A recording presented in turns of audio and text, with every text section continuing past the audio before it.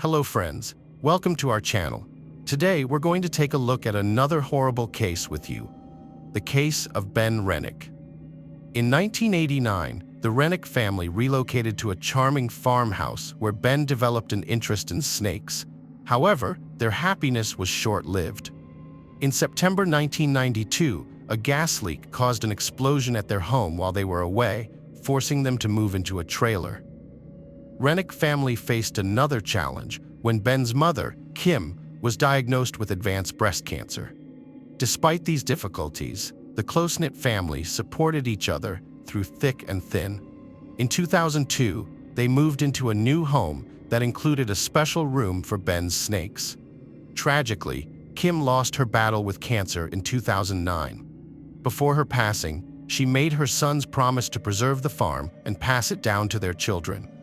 Ben's passion for snakes only grew stronger, and he eventually founded Renic Reptiles, earning recognition worldwide. He began selling snakes globally, from the UK to Japan, and breeding them became his life's purpose. Ben, a dedicated and passionate breeder, put the needs of his snakes above financial gain. His reptile farm was a treasure trove of reptilian subspecies, featuring both common and rare species from around the world. The value of his python collection alone exceeded $1 million. Despite his professional success, Ben felt lonely and longed to start a family. That changed in 2010 when he met Linley at a party.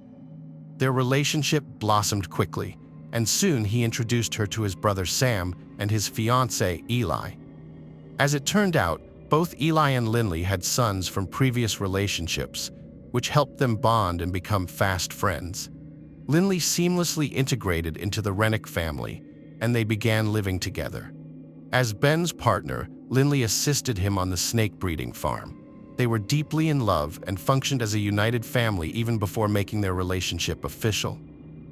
In March 2012, Linley gave birth to their daughter, Amelia, filling Ben with joy as he became a first-time father. However, their happiness was short-lived, as Ben's father, Frank Renick, faced significant business troubles stemming from fraudulent stock transactions made to cover medical bills for his wife, Kim's treatment. Frank took his own life just one day before the FBI was scheduled to visit the farm. The investigation came to a halt as a result, and Frank's sons, Ben and Sam, were deeply affected by the loss of their father. After their parents' passing, the brothers put aside their grief to support each other. Ben inherited the family home and farm, while Sam received a large sum of money that was significantly more than the house was worth. Despite having their own families and children, the brothers decided to stay together in their childhood home, forming one large, close-knit family. Sam used his inheritance to repair the farm, and initially everything seemed fine. However, financial disagreements soon caused tension between the brothers. After their father's passing, Ben focused on his business and family. He married Linley on April 14, 2014, making her a full member of the Renick family. Ben and Linley opened a second business, a spa called Essentia Spa Inc., which Linley managed. However, the spa struggled financially, leading to frequent arguments between Ben and Linley about money. Despite her best efforts, Linley was unable to generate enough revenue to cover the spa's expenses. At the same time, Sam and his wife struggled financially. Ben granted them permission to sell some of the furniture in the house, but Linley strongly disagreed with this decision, which caused a rift between the two families and ultimately led to an irreparable breakdown in their relationship. Ben planned to sell some rare reptiles to improve his family's finances, but the deal fell through because of a tragic event that occurred on the farm on June 8, 2017. On that day, Linley found her husband Ben lying in a pool of blood on the floor of one of the farm's barns. She called her brother-in-law Sam for help and reported the emergency, saying she had found Ben unconscious. During the call, Linley abruptly dropped the phone and ran outside. Sam continued talking to the emergency operator and sadly confirmed that his brother had died. Sam suspected that a snake might be responsible for the incident. The Montgomery County Sheriff's deputies were eventually called to the snake breeding facility, a place they hadn't visited in a long time. However, they were hesitant to enter the farm, fearing they would encounter over 3,000 snakes while investigating the scene where Ben's body lay in blood. Coroner Dave Colbert approached the scene with caution, aware of the possibility of a deadly viper attack. However, upon closer inspection, he found a shell casing on a shelf, indicating a far more sinister scenario. Multiple shell casings were discovered near the body, but no weapon was found. The autopsy revealed that Ben had been shot multiple times in the back and head. Despite this, none of the relatives reported hearing any shots or seeing the attacker. Sam and Linley, Ben's relatives, were taken to the sheriff's office for questioning. During the interview, Linley suggested that Sam might have been involved in Ben's death, citing a potential motive. Ben wanted to sell the house, but Sam was opposed. To clear his name, Sam agreed to take a lie detector test, which he passed. With no evidence to hold them, the police released Linley and Sam. The investigation continued, exploring various theories about who might have wanted Ben Renick dead. The police initially suspected that Ben Renick's death might be linked to robbery, but this theory was quickly ruled out because none of the rare snakes in the house were taken and no valuables were missing. In the days following Ben's death, the police questioned Linley, Ben's wife, and tested her hands and clothing for signs of gunpowder residue. However, the test results came back negative. After Ben's funeral, Linley cut off all contact with her brothers-in-law, Sam and Eli, and began making moves to sell her husband's business and claim a $1 million life insurance payout. Her plan was to use the insurance money to pay off the mortgage on the Renick family home, which she intended to sell for $740,000. When Sam and Eli found out about Linley's quick insurance claim and her plans to sell the house, they became suspicious and notified the authorities. Sam, in particular, suspected that his brother's wife might be involved in Ben's death and shared his concerns with the investigators. As a result, Linley was questioned again by the police, during which she revealed that she had a complicated relationship with Ben and had been secretly meeting with a man named Eric. Although Eric had an alibi, it seemed suspicious to the investigators. Linley made some stunning confessions. Approximately 3 years into her officially recognized marriage, she admitted to having had affairs with at least 2 different men. Furthermore, text messages exchanged between the couples imply that Ben had been suspicious of his wife's infidelity, which had been causing significant tension in their relationship lately. On October 5, 2017, Linley underwent a polygraph test conducted by the Missouri State Highway Patrol, but the results indicated deception. While the test raised suspicions, it did not provide sufficient concrete evidence to directly implicate her in Ben's murder, so she was released from custody. The investigation persisted, albeit at a slower pace. It was later discovered that Linley had attempted to kill Ben a month before his death. She had fabricated a story about Ben being abusive and shared it with a coworker at a spa salon, gaining their sympathy and assistance. The coworker helped Linley plot to kill Ben by making him a protein shake laced with 15 Percocet pills. Unbeknownst to Ben, he drank the shake and fell severely ill, but survived, unaware that he had been poisoned. Linley was questioned by investigators 6 times. A major breakthrough came on January 14, 2012, when a witness from a state prison came forward claiming to have information about Ben's death. The witness, Brandon Blackwell, told investigators that Linley had shot Ben and conspired with her ex-boyfriend. Brandon said he dated Linley, who was married to Ben, and they had a child together about 1.5 years after Ben's death. However, by 2019, they had broken up. Brandon claimed that Linley told him she plotted with her coworker Ashley Shaw and her ex-boyfriend Michael Humphrey to kill Ben. Linley and Michael were arrested for Ben's murder, but they blamed each other for the crime. Michael said that on the day of the murder, Linley asked him to pose as a buyer at the farm, and he was supposed to shoot Ben while wearing gloves. However, he couldn't bring himself to do it. According to Michael, Linley then took the gun and shot Ben herself. The investigation into Ben's death took 3 years. On January 16, 2020, arrest warrants were issued for Linley, Michael, and Ashley.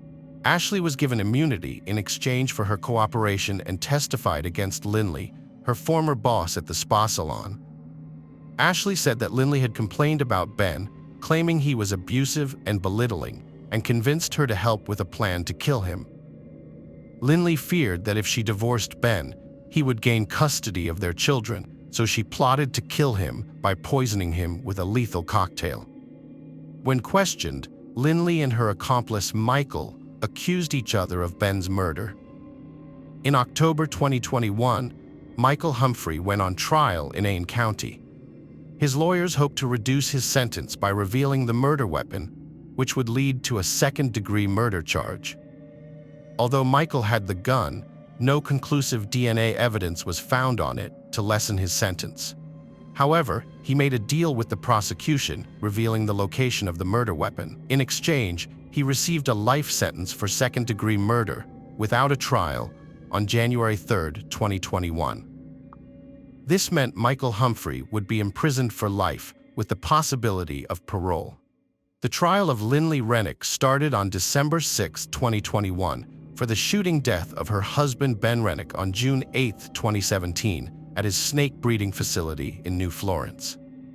According to court documents, the plot to kill Ben originated at Linley's spa salon.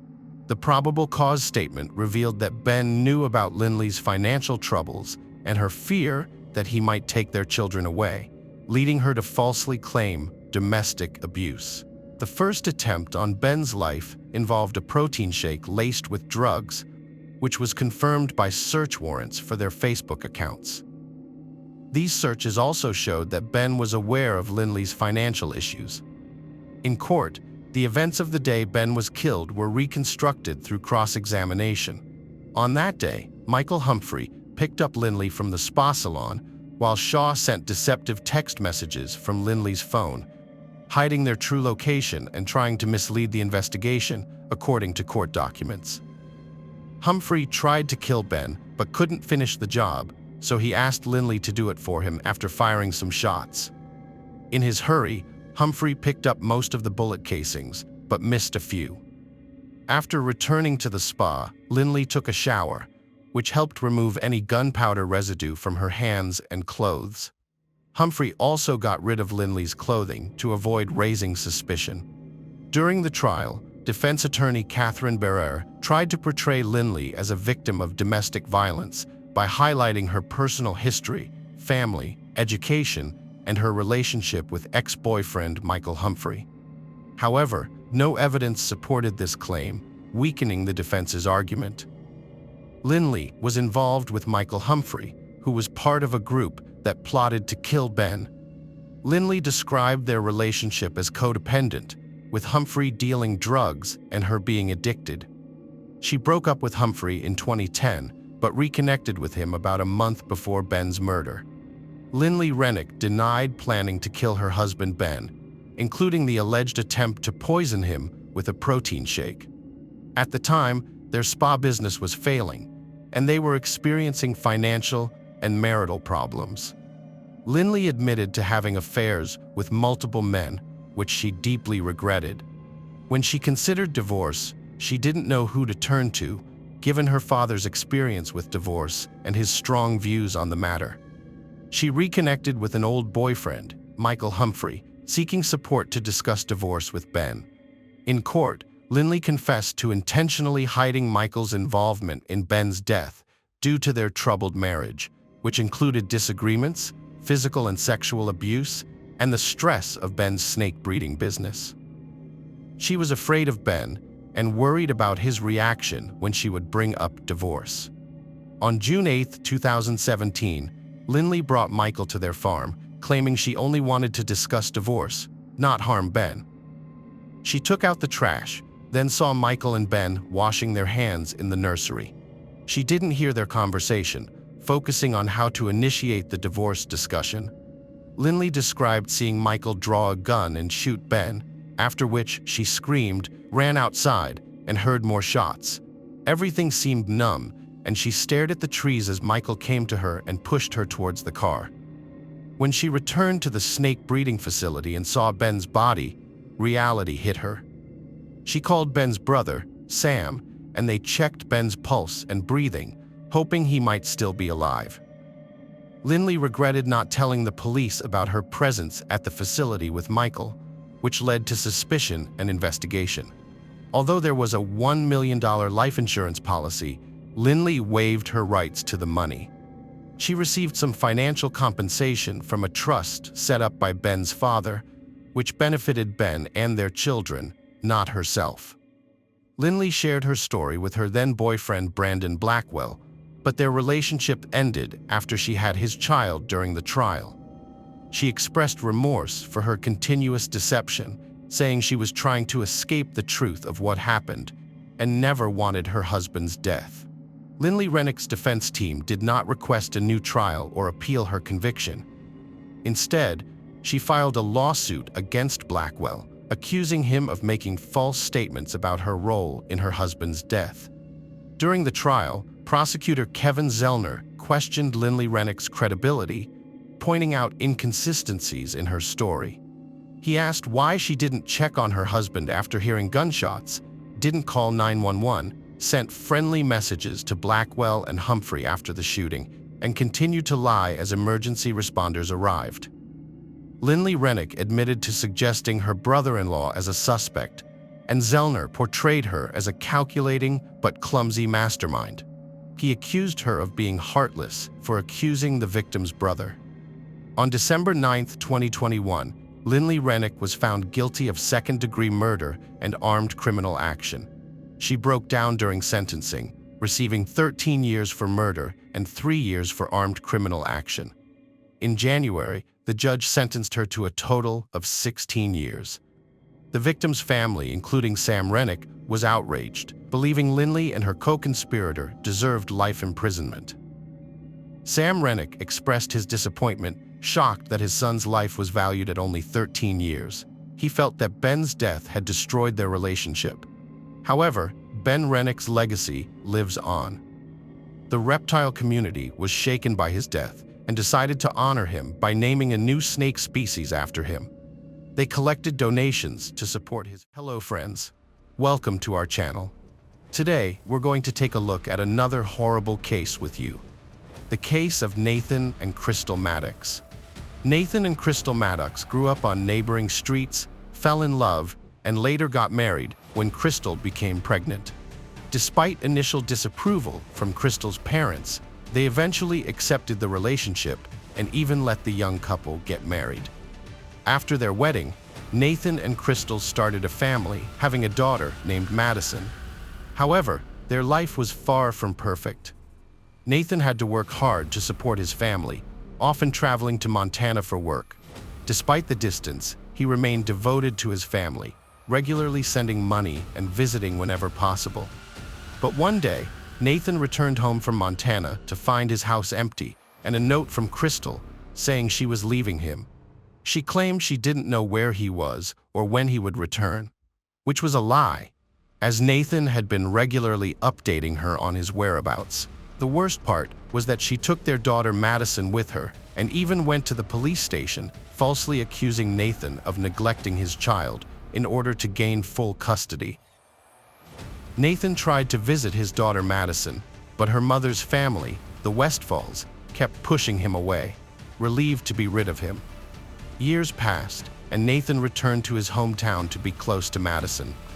He didn't give up trying to see her, but he knew he needed a lawyer to get official custody and legal visitation rights. During this time, Nathan met Crystal, an old friend from childhood.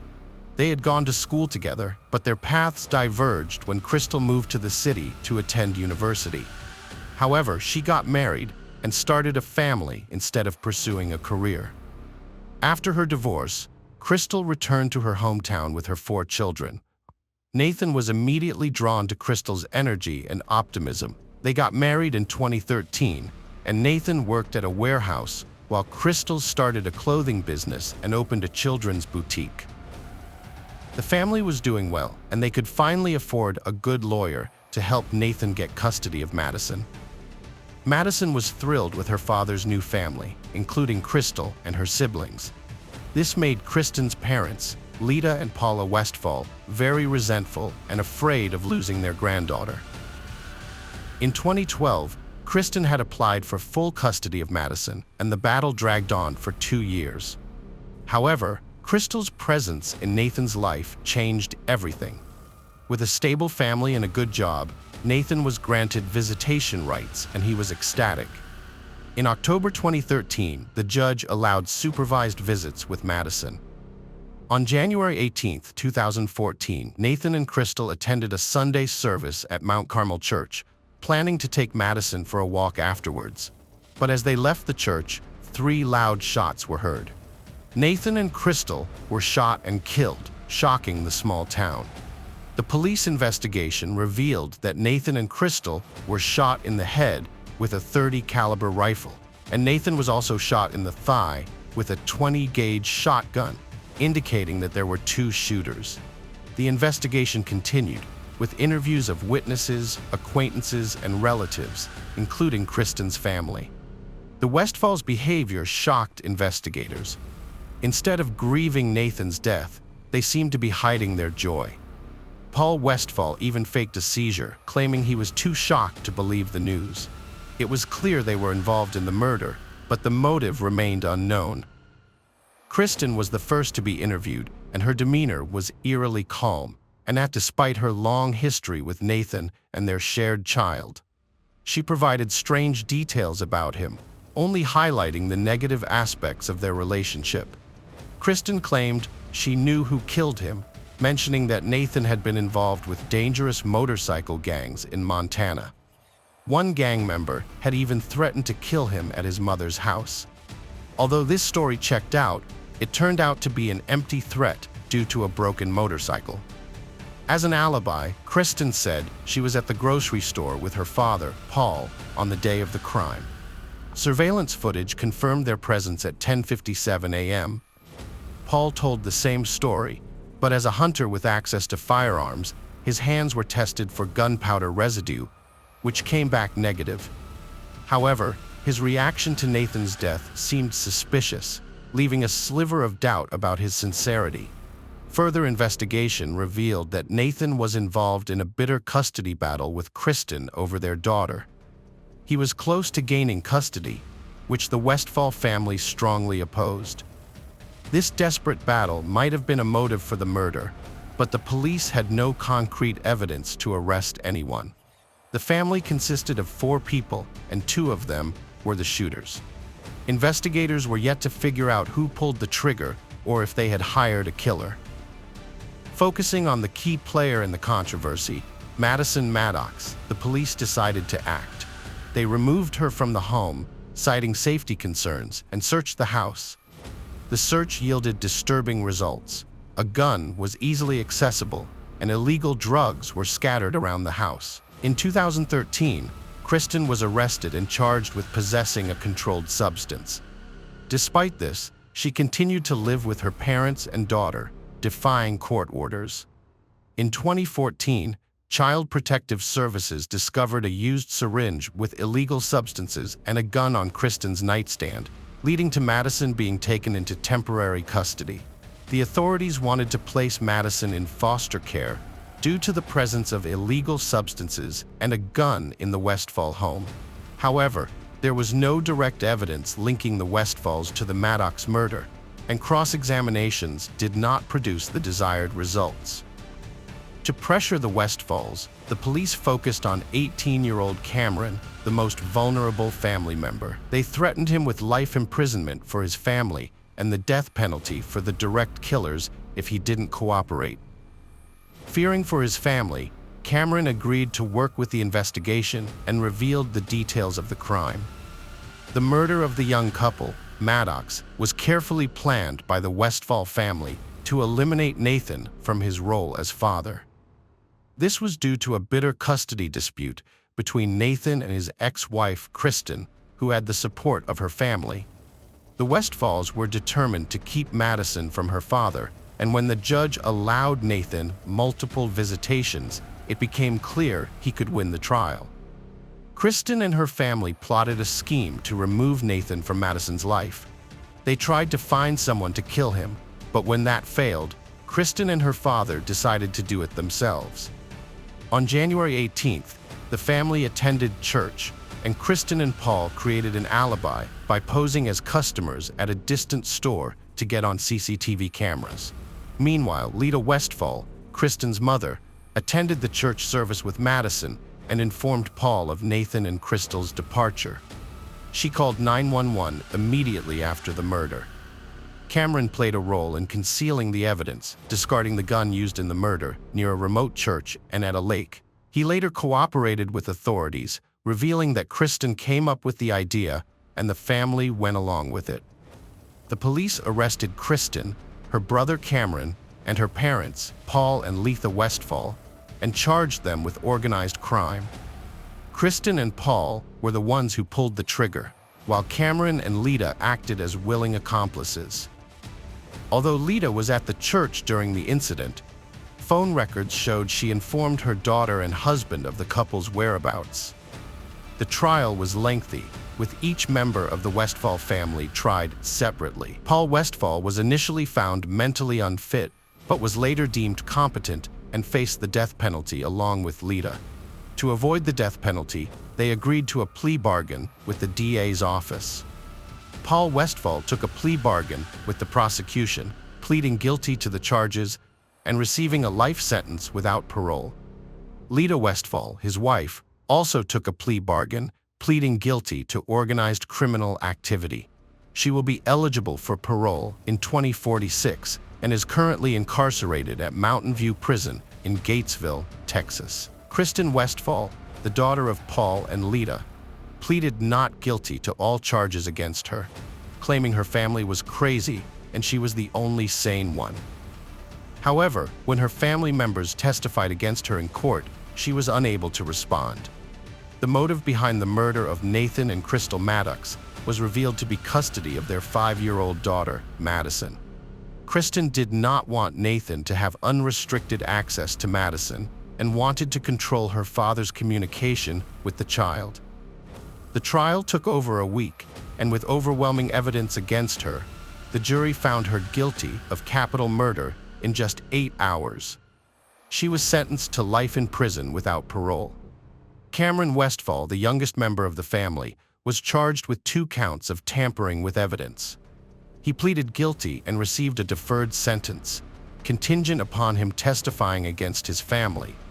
He faced up to 10 years in prison on each charge. Although he claimed to have had no involvement in the actual shooting, phone records showed that his mother had texted her husband and daughter during the crime. Cameron is currently incarcerated at the Huntsville Correctional Facility in Texas and is expected to be released in 2025. The case was highly publicized and shook the community of Colmsnale, Texas, to its core.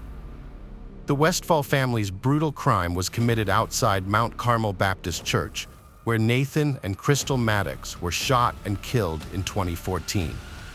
In 2016, a judge sentenced Cameron to 10 years in prison, and his mother received a life sentence the following year. Lloyd Paul was also sentenced to life in prison after pleading guilty to first-degree murder, which meant he could not appeal his sentence. Kristen Westfall, the mastermind behind the crime, received a life sentence without parole. The legal battle for custody of Madison Maddox, Kristen's daughter, continued even after the Westfall family was sentenced. Nathan Maddox's father, Jim, filed a petition to become the primary guardian of his granddaughter. It's worth noting that many people die in custody battles every year, and instead of making children happier, these battles often leave them with psychological problems. The Westfall family, who were devout churchgoers, were willing to kill to achieve their goals, hiding behind their concern for Madison. Nathan, Madison's father, was not a bad person and loved his daughter. However, his ex-wife Kristen was filled with hatred towards him, particularly because he had started a new family and found happiness with his new partner, Crystal. Kristen was able to manipulate her family against Nathan, leading to the tragic events that unfolded. The custody dispute started before Nathan and Crystal's relationship, and in the end, there is only one loser, Madison. Hopefully, when she grows up, she will not remember the selfishness of the adults who used her for their own gain, claiming to act out of love. If they truly loved her, they would have worked to build a normal relationship for her sake, rather than pursuing their own interests. Hello friends, welcome to our channel. Today we're going to take a look at another horrible case with you, the case of Carmen Thomas. Carmen Thomas was born on October 30th, 1987, in South Africa. When she was just 10 years old, her father passed away. This tragic loss had a profound impact on her family, and they decided to Whitby, United Kingdom, to live with relatives. However, they did not find the peace they were seeking, and after some time, they returned to South Africa. Despite the challenges she faced, Carmen decided to stay with her relatives when she turned 18. She later moved to London, where she completed her studies and earned a master's degree in marketing. Carmen had a strong and charismatic personality that drew people to her. She was a loyal friend and companion to many, but living in a big city like London came with a high price tag. To maintain a decent standard of living, Carmen had to work hard. During the day, she worked as a marketer in a store, and in her free time, she worked part-time in a gentleman's club. Although her choice of part-time job may seem unusual, Carmen was a girl with strong values and never engaged in unnecessary or undignified behavior, which earned her the respect of her clients. In this place, she met Brad Callahan, a charming and flamboyant man.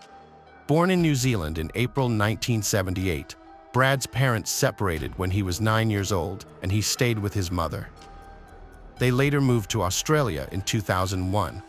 After graduating from university with an engineering degree in the construction industry, Brad was offered a job as chief structural engineer for a large business complex in the UK. To boost his professional image, Brad hired a gentleman's agency and met Carmen, a beautiful, intelligent, and tall woman with dark hair and bright eyes. Although they started with a casual arrangement, Brad and Carmen continued to communicate informally, which eventually turned into a strong friendship, and later, love. Their romantic relationship blossomed quickly, and they soon moved in together. Their life was built on trust, care, and mutual support, making them look absolutely happy. Carmen became pregnant, and Brad thought it would be best for them to move back to New Zealand, where the air is clean and the pace of life is more relaxed. They returned to Auckland in March 2005. After their son Jack was born, he brought immense joy and happiness into their lives from day one. Carmen and Brad prioritized his safety and well-being, providing everything he needed for a happy childhood. To them, Jack was the center of their universe. However, with Jack's arrival, serious disagreements began to surface in their relationship. The first disagreements arose over how to raise their child. As a result, their relationship became rocky and unstable, ultimately leading to their breakup 3 years later. Despite the challenges, they shared joint custody of Jack and made a genuine effort to maintain a positive relationship for his sake. The breakup was difficult for both Carmen and Brad, but they put their differences aside to ensure little Jack's well-being. Carmen and Jack moved in with Colin, Carmen's half-brother, in Oakland, seeking emotional support and a sense of family. As time passed, Carmen regained her emotional balance and started rebuilding her life without Brad. In 2008, she decided to move to a house on a nearby street to Brad's so her young son could be closer to his father. Carmen, who had lost her own father at a young age, wanted to ensure her child would have a father figure in his life as much as possible. Carmen and Brad maintained a relationship for the sake of their son, but many people mistakenly thought they remained couple. In truth, they only communicated when necessary to support their child. As they went their separate ways, both Carmen and Brad concentrated on finding personal happiness. Brad continued his career as a construction engineer and eventually started a new relationship in May 2009, which led to an engagement. Carmen focused on raising their son while working at the Gentlemen's Club, which upset Brad.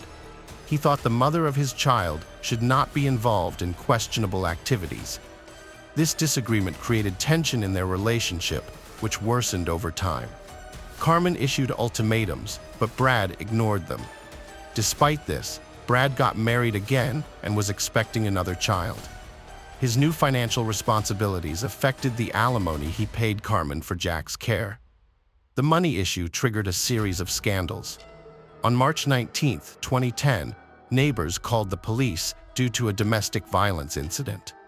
Carmen was involved in a physical altercation with Brad during an argument and received a warning. Their relationship finally broke down. Even after separation, arguments continued. Each new question about Jack's care sparked aggression and conflict between the two former lovers.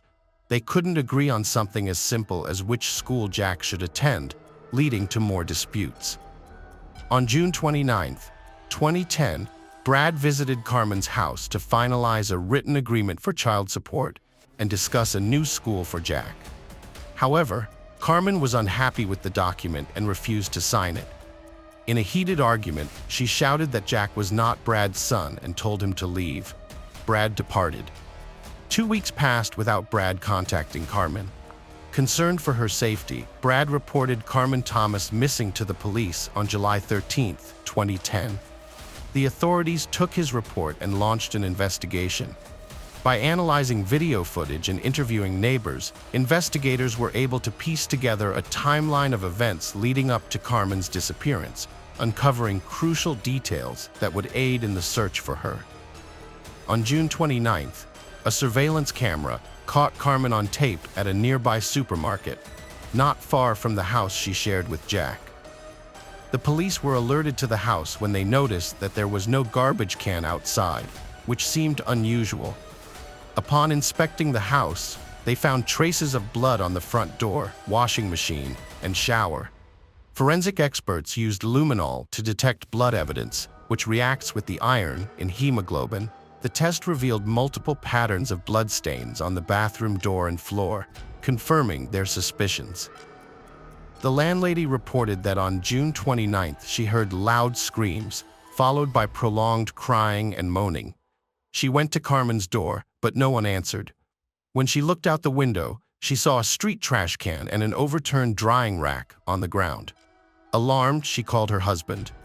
Before he arrived, Brad emerged from the house, holding dirty clothes. When he saw the landlady, he hastily explained that Carmen had undergone a medical procedure and had vomited blood.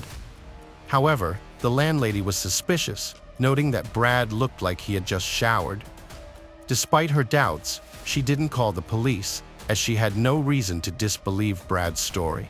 The police investigation focused on Carmen's cell phone, which showed a steady stream of messages and calls. However, the tone and style of these communications didn't match Carmen's usual way of communicating. This sparked even more questions. Where did Carmen go for medical help, and why? Fortunately, the answers weren't far off. As the investigation continued, Carmen's car was discovered. In the back seat, her personal belongings, including luggage and clothes, were found. A closer look at the seized suitcase revealed bloodstains on some items. A note in the car revealed that Carmen owed money to her employer. A surprising discovery was made in the glove compartment, an envelope with Misty's name on it, containing $270.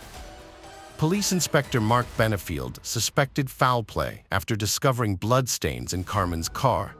A search of the countryside southeast of Auckland was conducted, but Carmen's body was not found. The investigation continued, with detectives analyzing Carmen's and Brad's phone records. They made a surprising discovery. Both phones were in the same location throughout the search period, and Carmen's phone hadn't connected to a cell tower in Hamilton. A crucial piece of evidence was a missing trash can, which had vanished from its usual spot near the house on the day Carmen disappeared. A neighbor had seen it through her window. But why was it necessary for the trash can to be inside the house in the first place? The police investigated Brad's phone and financial records, which revealed some suspicious purchases on June 30th, including a meat cleaver, a large plastic container, and garbage bags. By examining Brad's daily routine, they found some unusual events that didn't fit his normal pattern. One day, he arrived at the construction site very early and spent a long time walking alone around the property. While this was unusual, it wasn't enough to raise concern among the workers who saw him.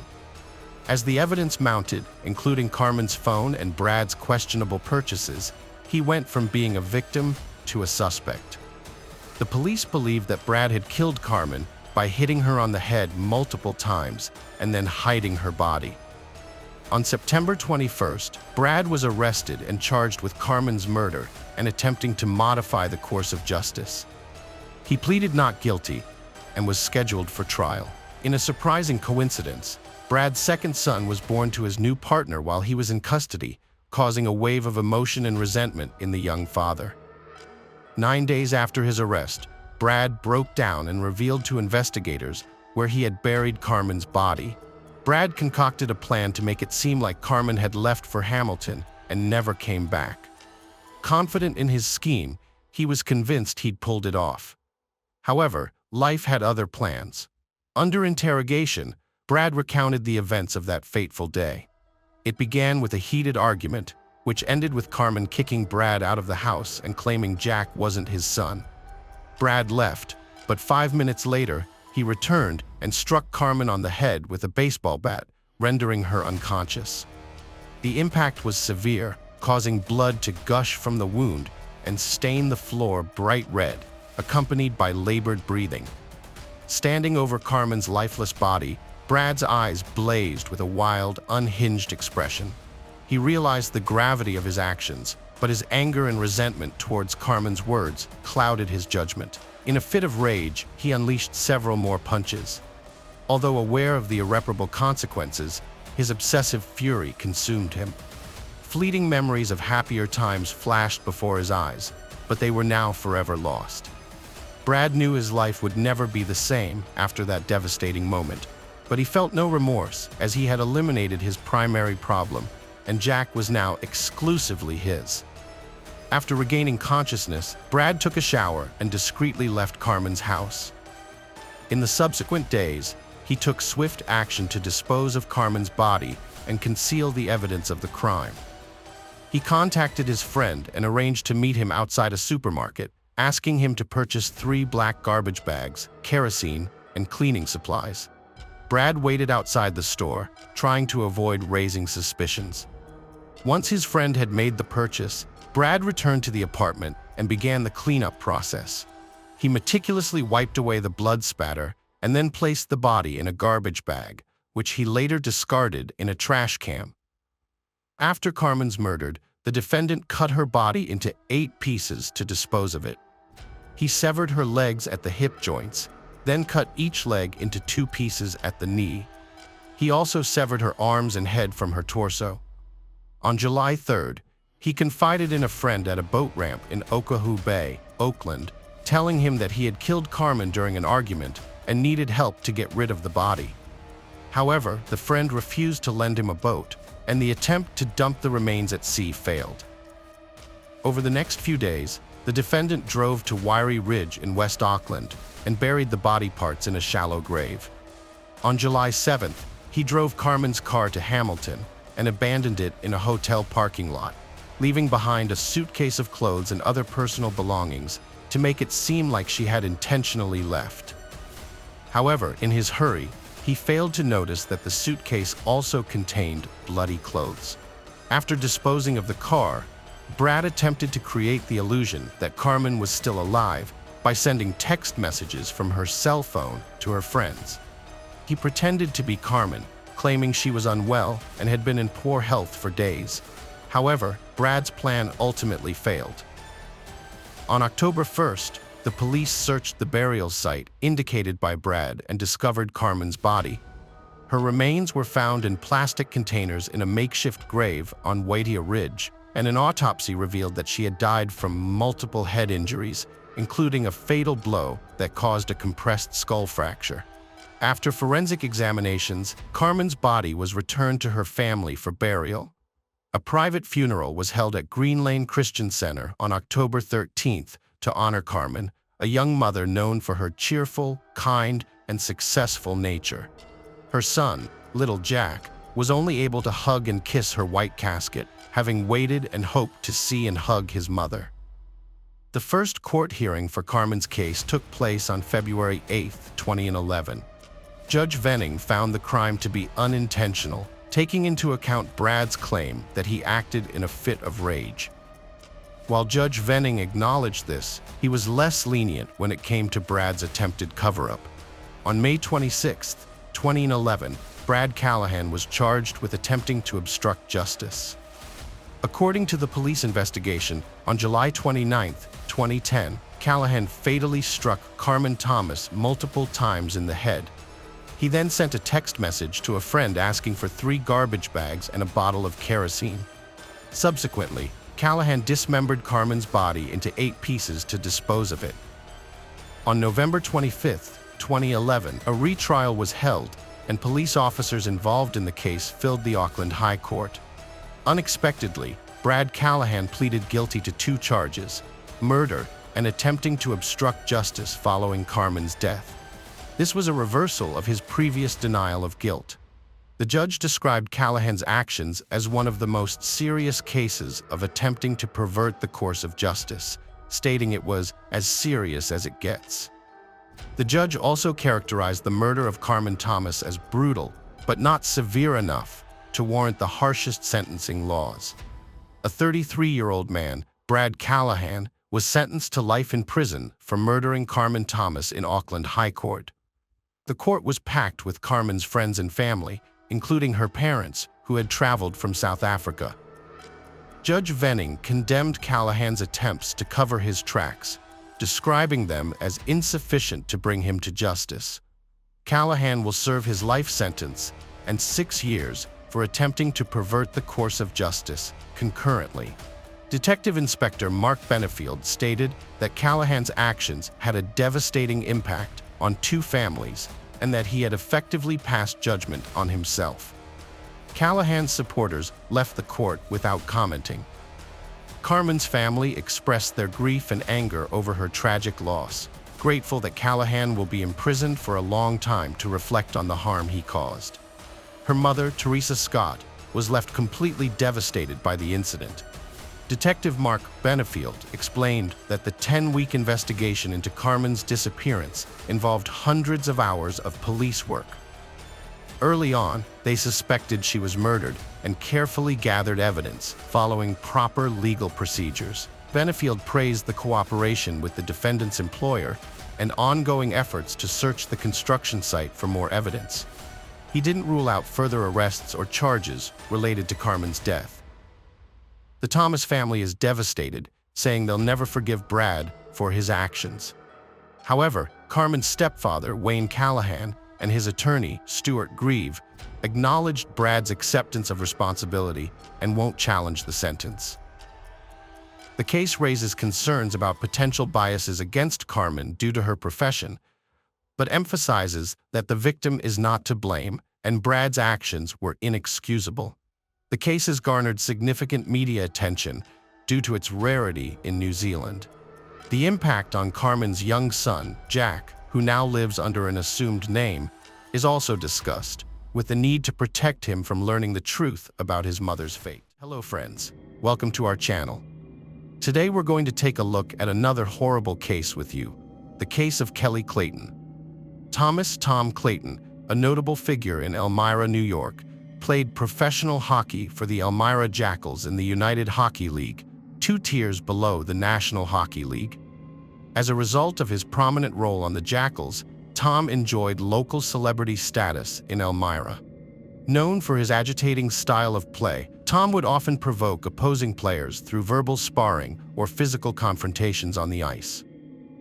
This assertive and confident demeanor extended beyond the rink, as Tom fearlessly stood up for himself and defended his interests in his daily life. His on-ice reputation as a formidable player preceded him, warning others that he was not one to be easily intimidated. In addition to being aggressive, Tom was also known for his good looks, which made him a magnet for women. Wherever he went, he would use his charm to get what he wanted, never having to pay for a drink or dinner. As a popular hockey player, he was living a life of luxury, enjoying all the perks that came with his fame. Among the many women who came in and out of Tom's life, one person stood out: Kelly Stange. She was different from the others he had met. Born in West Elmira, Kelly had a bold and sassy personality. Her passion for country music took her to Nashville, where she attended college, hoping to become a teacher. After graduating, Kelly's plans took an unexpected turn, and she moved to Las Vegas, Nevada, where she started a new chapter in her life as a cocktail server and model. During the Christmas holiday, Kelly went back home to celebrate with her family and attended a hockey game in Elmira, where she met Tom Clayton. His good looks and skill on the ice caught her attention. After the game, Kelly and Tom ran into each other at a bar, and they instantly connected. Their chemistry was palpable. Although Kelly's friends and family had some reservations about Tom because of his occasional inappropriate behavior, Kelly remained steadfast in her commitment to their relationship. She would defend Tom, saying he was just joking when he made offensive comments, and her love for him blinded her to his flaws. Eventually, Kelly and Tom got married, but unfortunately, Tom suffered a career-ending injury while playing hockey just a year later. After his hockey career, Tom took a regular job at ServPro, a disaster cleanup company, which provided him with a stable income to support his family. Meanwhile, Kelly dedicated herself to caring for their two children, Charlie and Colin, and creating a loving home for them. To outsiders, the Claytons seemed like the perfect family. Tom and Kelly appeared to have everything: a successful marriage and two kids. They lived in a mountain home that Kelly loved.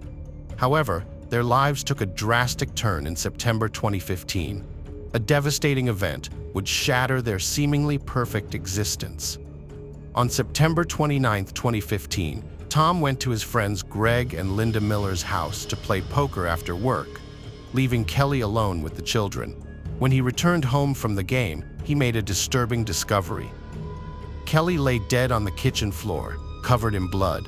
Tom was overcome with panic and immediately called 911. The dispatcher told Tom to give his wife, Kelly, CPR, but Tom, overcome with grief, told the dispatcher that it was too late to help her. At around midnight, a police officer arrived at Tom and Kelly's house. When the officer entered the kitchen, he was shocked by what he saw. Kelly was lying on the floor, dead, with a badly injured face, clearly the victim of a violent attack. There was blood everywhere, making for a horrifying scene. The officer's first priority was to take Tom out of the house and away from the scene. Once they were outside, the officer asked Tom what had happened. Tom said he didn't know the details, explaining that he had come home to find Kelly like that, and his daughter Charlie had told him that there was a burglar in the house. The officer cautiously examined Tom's hands to check for signs of a struggle or any evidence that might suggest Tom was involved in the attack. However, he found nothing unusual. Given the severity of the situation, the officer requested backup. A paramedic soon arrived and confirmed that Kelly Clayton had died. The brutal nature of her death led the police department to launch a thorough investigation. As officers cordoned off Tom and Kelly's home as a crime scene, Tom called Kelly's sister, Kim, to break the devastating news of Kelly's passing.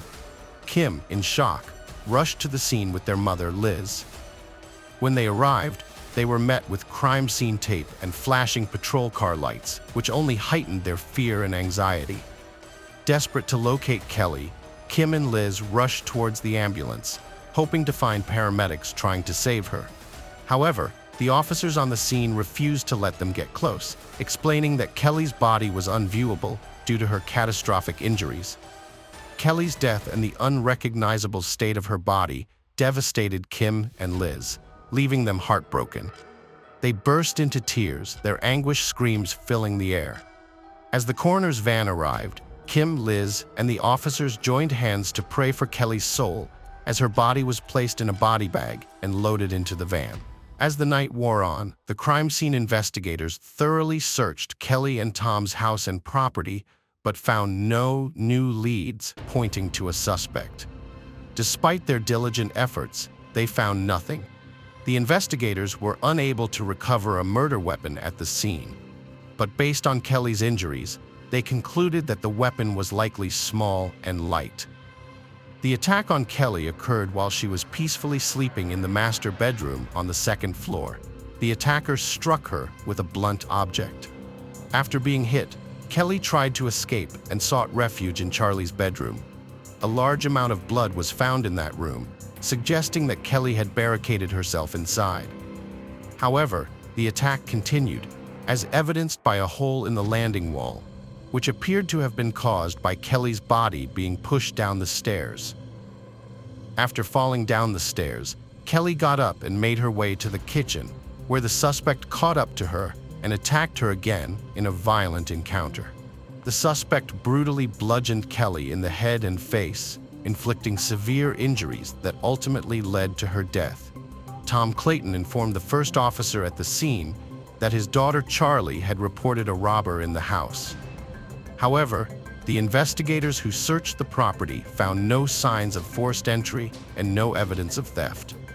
Furthermore, Kelly's expensive jewelry was still present and untouched, and the safe was intact.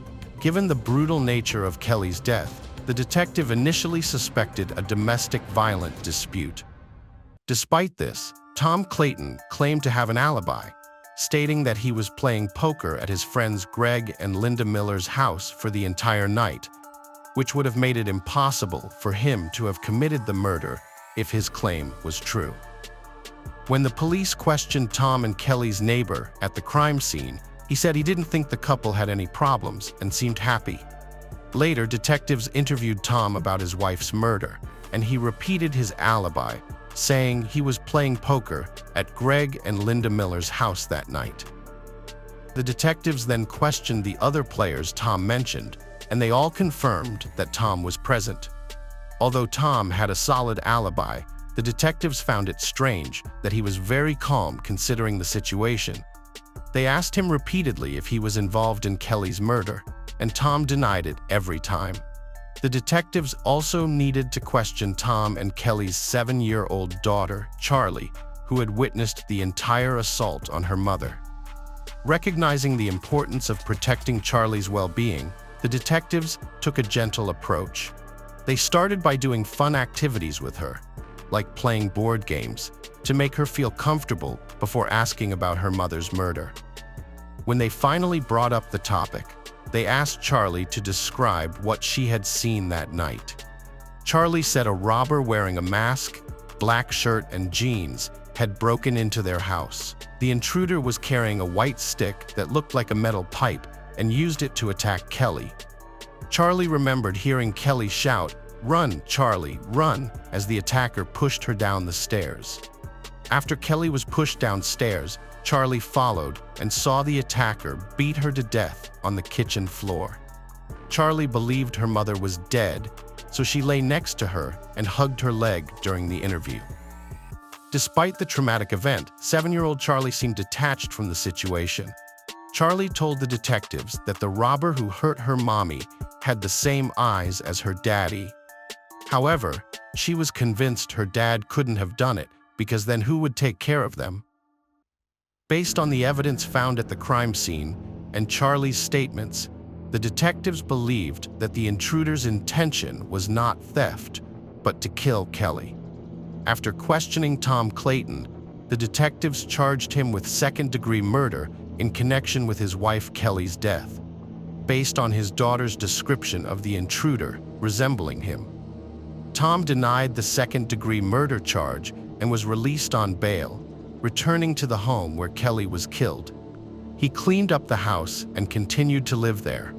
Within a month of Kelly's murder, Tom started having affairs with multiple women, gambling in Atlantic City, and showed no signs of grief. The detectives grew suspicious of Tom's behavior, which they deemed unbecoming of a loving husband mourning the loss of his wife. Despite this, Tom maintained that he loved Kelly and would never harm her, even planning a second honeymoon with her. Tom claimed his GPS records on his work truck would prove he didn't get home until 12:35 a.m., but even after verifying this, detectives still suspected him of involvement in Kelly's murder. During their investigation, detectives questioned Greg and Linda Miller, with whom Tom played poker that night. They said Tom was quieter than usual and spent most of the night texting, but they didn't think he could hurt Kelly. The detectives also interviewed Kim, Kelly's sister, asking if she knew anyone who might want to harm Kelly. Kim mentioned Michael Beard, a close friend and co-worker of Tom's, who often helped him with tasks. Michael knew Tom's family, including Kelly and their children, and had even watched Charlie and Colin when Kelly needed to run errands. Michael had high praise for Kelly and the kids, calling them beautiful people. As well as working for Tom, Michael was also his landlord, since Tom owned the building where Michael lived with his family. Michael paid Tom a monthly rent of $11,000. But things went downhill when Michael got accused of drinking on the job. As a result, Tom fired him. This not only cost Michael his job, but also made his financial situation worse, since he was already behind on the rent he owed Tom. Tom's decision to fire Michael not only affected his job, but also put his home at risk. Tom started eviction proceedings, making Michael's financial struggles even harder. Michael found himself in a tough spot, facing both unemployment and the threat of losing his home. The detectives interviewed Michael Beard at the police station, seeking information about Kelly's murder. Michael expressed sadness over Kelly's death, but claimed he was at home all night. Linda Miller, who hosted the poker game where Tom was present on the night of Kelly's murder, remembered a peculiar incident. Tom had asked to use her cell phone, even though his own phone seemed to be functioning properly. According to Linda, Tom made the call at 10:53 p.m. Upon further inspection, Linda found that the call's details had vanished from her phone's records. It seemed that Tom had deliberately erased the number he called. The detectives obtained Greg and Linda Miller's cell phone records, which revealed the phone number Tom had dialed on the night of the murder. Tracing this number led them to Michael Beard. When the detectives discovered Tom Clayton had contacted Michael Beard on the night of his wife's murder, they brought Michael in for further questioning. Michael, however, continued to deny any involvement in Kelly's murder. The detectives then turned their attention to Michael's partner, Holly. She told them Michael had been out all night on the evening of the murder, leaving their house around 11 p.m. Moreover, Holly revealed that Tom Clayton had previously approached Michael with a proposition: burn down his and Kelly's house for $10,000 with the intention of collecting the insurance payout. Michael decided to confess to murdering Kelly after being confronted with the information. He admitted to killing Tom's wife Kelly, but claimed he did not receive the $10,000 payment they had agreed upon. In his signed confession, Michael outlined the original plan, which involved going to Tom's house and killing Kelly while the children were at their grandmother's. Tom had instructed Michael to use the gas cans in the garage to set the house on fire, allowing Tom to collect insurance payouts for the damage. However, Michael said he did not follow through with the arson and instead fled the scene. After killing Kelly, Michael took the police to the location of the murder weapon, a sledgehammer-type object that was found to have Kelly's DNA on it. He also led them to the area where he had discarded his bloody clothing. Mark Blanford, a friend of Michael Beard, came forward to the detectives and gave a statement about his encounter with Michael on the night of the murder. Michael had asked Mark to help him with a job, offering to pay him $500. Mark claimed he had no idea what the job was, assuming it was probably a drug deal. Mark said that Michael later told him he had to kill someone, and that after Michael got back in the car, he mentioned that the kids weren't supposed to be at home.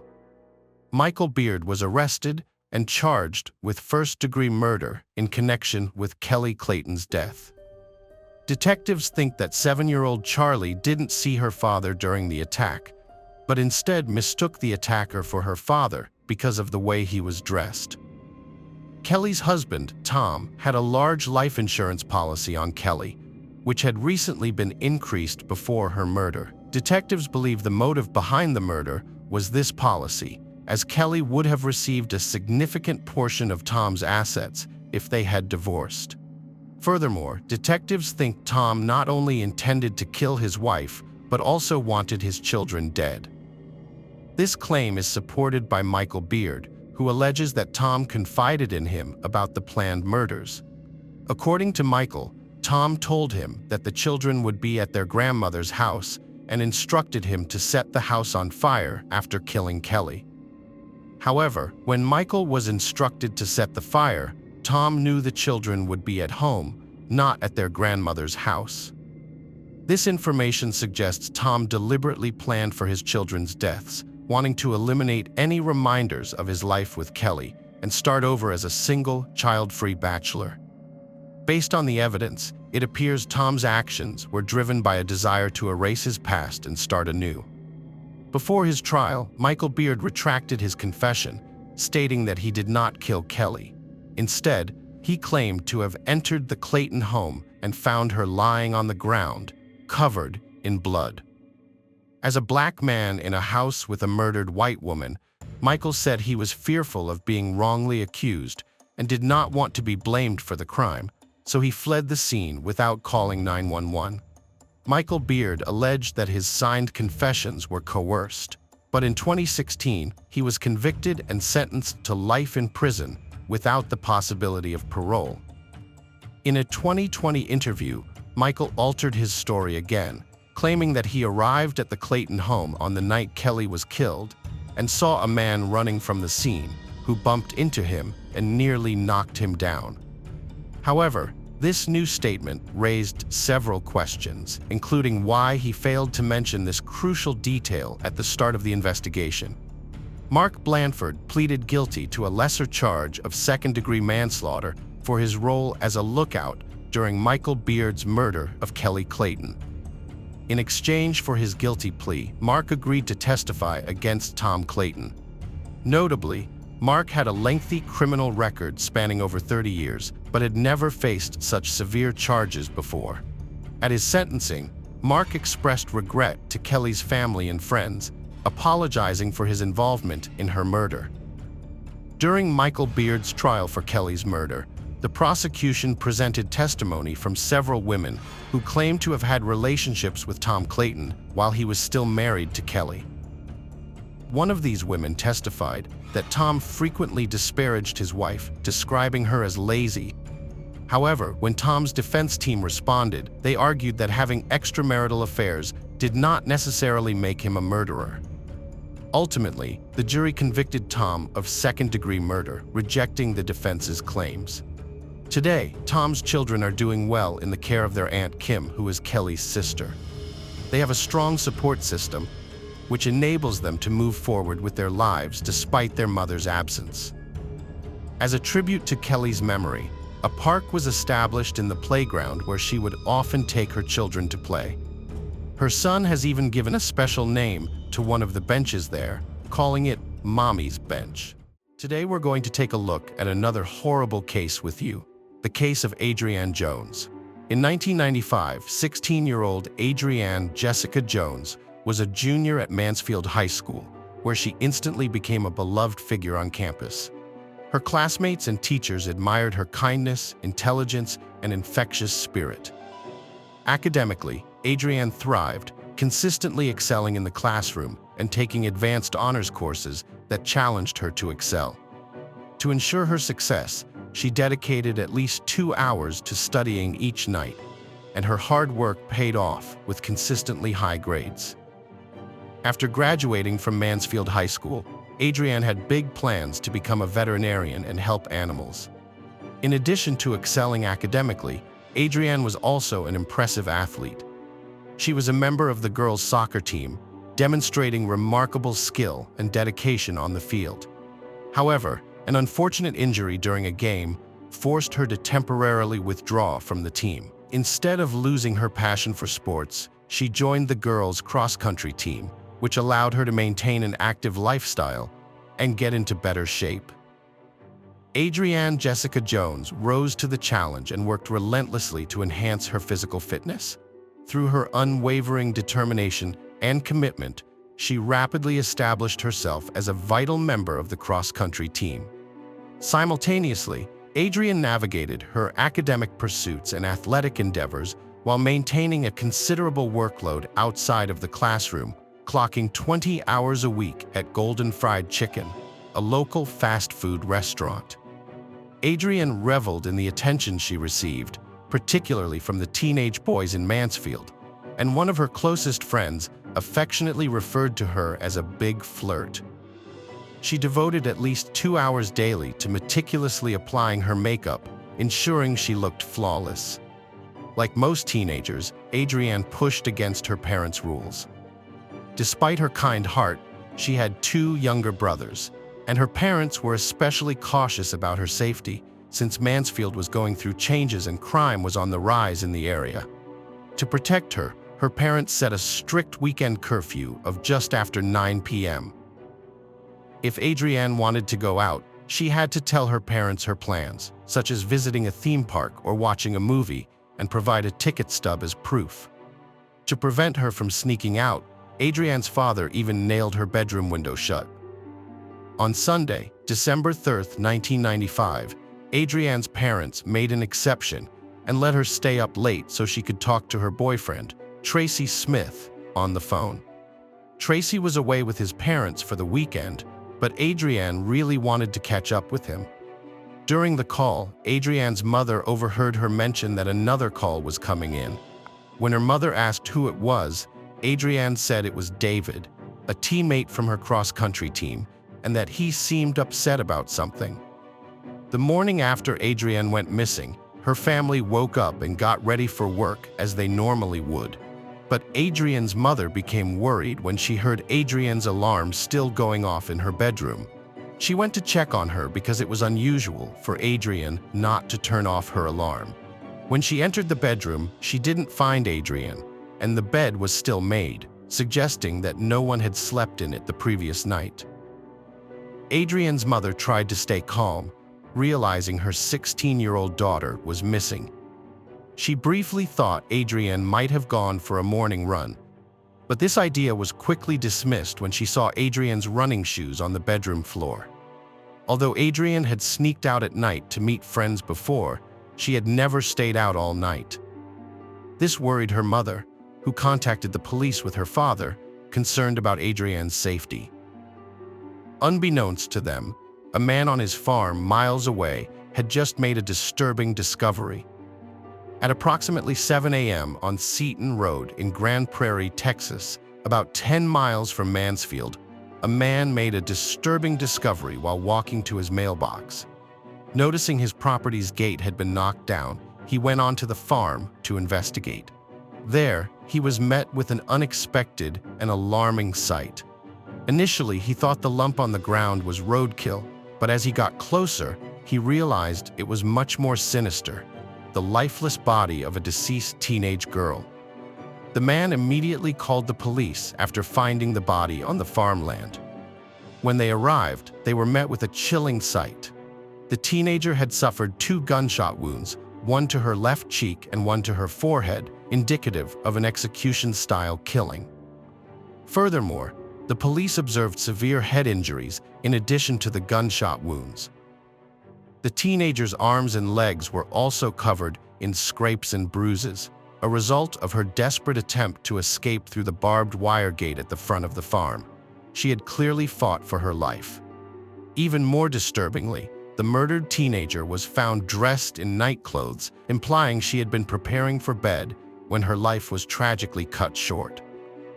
The officers suspected a possible link to gang violence or drug activity, given the execution-style nature of the killing. Following the discovery of the girl's body on the farm, the Grand Prairie Police took swift action and sent out a teletype to all nearby agencies. This teletype included a basic description of the victim, including her approximate age, height, weight, and other physical characteristics. The aim was to share this information and raise awareness, hoping another agency might have a missing person matching the Grand Prairie victim. It wasn't long before the Mansfield police got in touch with the Grand Prairie officers. Through their investigation, the Mansfield police were able to identify the murdered teenager as Adrienne Jones. After identifying the deceased teenager as Adrienne, the police then had to notify her worried parents about the tragic turn of events.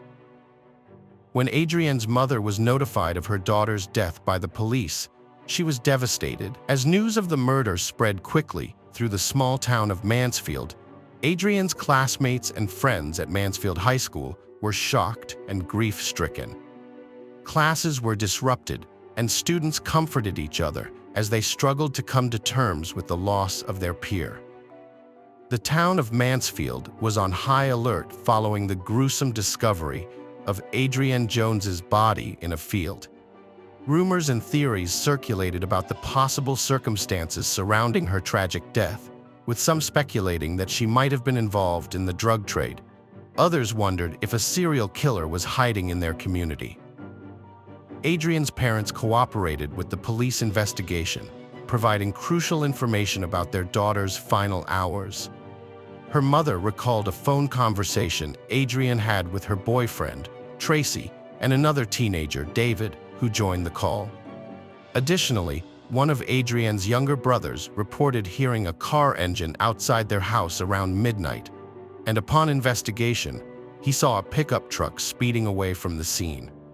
The police were determined to identify the mysterious David who had called Adrienne on the night of her murder as part of their efforts to gather more information. To this end, they turned to Adrienne's cross-country coach, who revealed that one of the team members was a boy named David Graham. However, the coach was surprised to learn that David would have been calling Adrienne, as she had never observed any interactions between the two. David Graham was a driven teenager with big aspirations. After watching his first air show at 7, he set his sights on becoming an Air Force pilot. A popular student at Mansfield High, David charmed his peers, especially girls, but saved his heart for Diane Zamora, a high-achieving senior who shared his military dreams. Following Adrienne's murder, the police interviewed David Graham, who acknowledged knowing Adrienne from their time on the cross-country team, but claimed their relationship never went beyond a casual acquaintance. When questioned about contacting Adrienne on the night of her death, David vehemently denied any involvement, stating he was at home studying with his girlfriend, Diane Zamora, at the time. The police thoroughly investigated David as a potential suspect in Adrienne's murder. As part of this effort, they reached out to Adrienne's friends to determine if she had ever mentioned David. One of Adrienne's closest friends revealed that she was privy to Adrienne's deepest secrets, but had never discussed David. Furthermore, when the police examined Adrienne's phone book, they found that David's number was not listed. This discovery reinforced the police's belief that David was not involved in Adrienne's murder, and as a result, they never even considered administering a polygraph test to him. Ultimately, the police cleared David of suspicion and removed him from their list of suspects. After David, the police suspected Adrienne's boyfriend, Tracy Smith, in connection with her murder. However, they quickly cleared him when they confirmed his alibi. He was out of town with his family on the night of the murder. Moreover, Tracy passed a polygraph examination, further solidifying his innocence. During the police interview, Tracy mentioned a person who he thought should be investigated in relation to Adrienne's murder. He told them that Adrienne had informed him about a guy named Brian who had called while they were on the phone on the night of her murder. The police launched an investigation into Brian's identity and discovered that he was a local teenager named Brian McMillian. While investigating Brian, the police made a significant discovery. They found out that Brian used to work at a pharmacy near a restaurant where Adrienne previously worked and had become infatuated with her. Brian often visited the restaurant to catch a glimpse of Adrienne, but she grew tired of his constant presence and began hiding in the back whenever she saw him coming. The police questioned Brian McMillian about the murder of Adrienne Jones. At first, he claimed to know nothing about her. However, during the interview, Brian later admitted to knowing Adrienne. When an officer asked if he had spoken to Adrian on the night she was murdered, Brian said he couldn't remember. According to Brian, he was drinking on the night of the murder because he was feeling depressed and lonely. When an officer asked if he had visited Adrian's house the night she was killed, Brian said he might have done so. At the end of the interview, the police asked Brian's father if he would allow Brian to take a polygraph test, but his father refused. 1 week after the interview, the police raided Brian's house, armed with guns, because they were unsure if he might be armed during the arrest. This decision was made to ensure the safety of everyone involved, as the police suspected Brian might have a weapon. After Brian's arrest for Adrian's murder, many people came forward to express their support for him. His friends described him as a gentle and non-violent person. Moreover, Brian's father confirmed that his son was at home all night when Adrian was killed and did not leave the house. Brian spent 3 weeks in jail, missing Christmas and New Year's, while awaiting further investigation and legal proceedings. During this time, the district attorney's office arranged for Brian to take a polygraph test, which he passed convincingly. With this outcome, the district attorney's office was left with little evidence to link Brian to Adrian's murder, and as a result, they released him from custody. 9 months into the Adrian murder probe, Mansfield, Texas police got a break from Annapolis, Maryland, where Diane Zamora was at the Naval Academy. Officers said she confessed to fellow cadets that she and boyfriend David Graham killed Adrian Jones in Mansfield. Mansfield police went to Annapolis to interview Diane, who denied making the admission. Despite this, the Naval Academy suspended her pending investigation. The police, unable to get information from Diane, went to Colorado Springs, Colorado, to question David Graham at the Air Force Academy. When they interviewed David, he initially claimed to have no idea why Diane would fabricate a story about killing Adrian Jones. However, as the interview progressed, David began to show signs of nervousness and requested to write a statement. In a detailed 4.5-page confession letter, David revealed how he and his girlfriend Diane had planned and carried out the murder of Adrian Jones. In the letter, David described a specific incident in November 1995 where he offered to drive Adrian home, during which they stopped at an elementary school parking lot and had sexual intercourse. David confessed that he felt overwhelming guilt after this encounter, as he deeply loved his girlfriend Diane and knew his actions would cause her immense pain. One evening, while David was helping Diane study for her SATs, a heated argument broke out between them. Overwhelmed with guilt, David finally confessed to being unfaithful, breaking down in tears as he sat on the couch and revealed to Diane that he had not remained faithful to her. He then detailed his encounter with Adrian. After David confessed to his infidelity with Adrian, Diane was devastated. The betrayal left her heart shattered, feeling hurt and enraged. Her anger boiled over, and she lashed out at David, arguing and screaming at him, even wishing he were dead and harboring intense hatred towards Adrian. Diane's emotions were overwhelming, and she struggled to come to terms with what had happened. David admitted that he promised Diane he would do whatever it took to salvage their relationship. He claimed that he and Diane came to the conclusion that the only way to restore their love was to take drastic action: murder Adrian Jones. David wrote in his confession letter that on December 3rd, he called Adrian Jones and asked her to secretly meet him late at night. He made her promise not to tell anyone about their meeting. Initially, David planned to get Adrian alone, attack her, and then dispose of her body in a lake at 2:30 a.m. David picked up Adrian in his car, with Diane hiding in the hatchback. When they reached a secluded spot 10 miles out of town, David turned off the highway onto Satan Road. He stopped the car, and Adrian slightly adjusted her seat, making it seem like they were about to be intimate. However, David had secretly signaled for Diane to come out. Diane emerged from the trunk and walked around to the front of the car. As she approached, she confronted Adrian, who was seated in the passenger seat. Diane then hit Adrian in the head with a weight from David's gym set.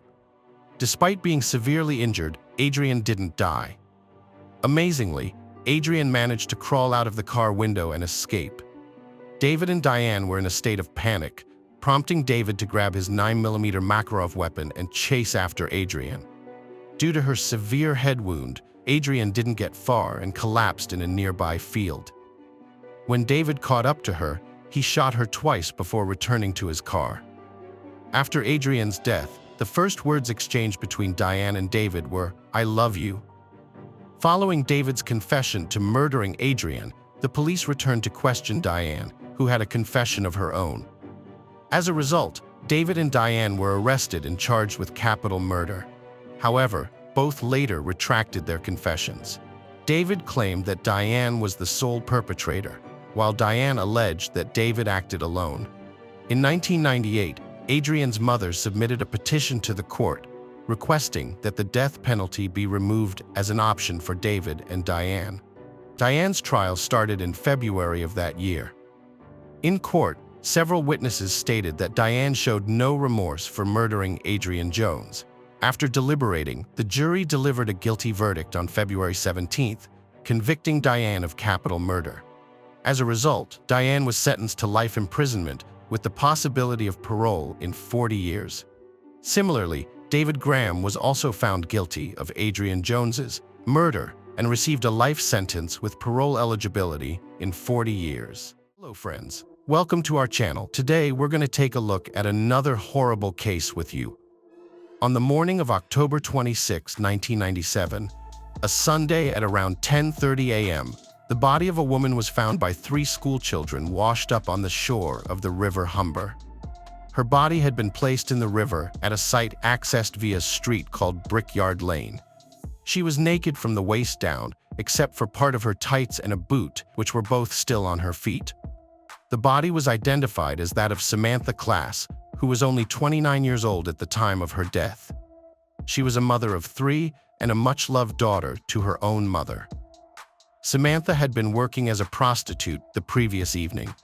Police investigated Gary Arthur Allen was born 27th of September 1973. He claimed that he was with Samantha the day she was murdered. Allen told police that during the night of October 25th, he picked up Samantha Class on Porter Street in Hull City Center in his Ford Escort. He had agreed to pay her £30 for full sexual intercourse. He said he had driven to an area near Walker Street, which is also in Hull, and had sex with Samantha in his car. He claimed that the condom he had been using split, and Samantha had become angry. After putting her stockings and underwear back on, she left his vehicle and walked off. He claimed that the two of them had no further problems. He said he did not hurt her. However, the day after the crime, Allen took some rather suspicious actions that could be seen as an attempt to cover up potentially incriminating evidence. In particular, he decided to get rid of his vehicle. At first, he claimed that he did this because he was frightened after seeing a news report that a woman he had been with the previous day was dead. However, it is unclear if this claim can be verified, as there is evidence to suggest that Allen took the initial steps to dispose of his car before the first news stories about Sam's death had been broadcast on television. 2 days after Samantha's body was discovered in the river, on the 28th of October, Allen sold his car to scrap dealers for £25. Notably, the car had only been registered a month earlier, on the 3rd of October, and he had bought it for £50. This raises the question of why he was in such a hurry to get rid of the vehicle. Evidence suggested that Sam's body had been dragged from a car to the location where it was found in the water. The cause of death was strangulation by a ligature. 33 injuries or groups of injuries were noted. One injury to the arm was consistent with infliction by the tire of a car, suggesting she had been driven over by one. Additionally, massive internal injuries were noted. The pathologist, Dr. Ruddy, concluded that Samantha had been the victim of a blunt force assault, following which she was strangled to death and then run over.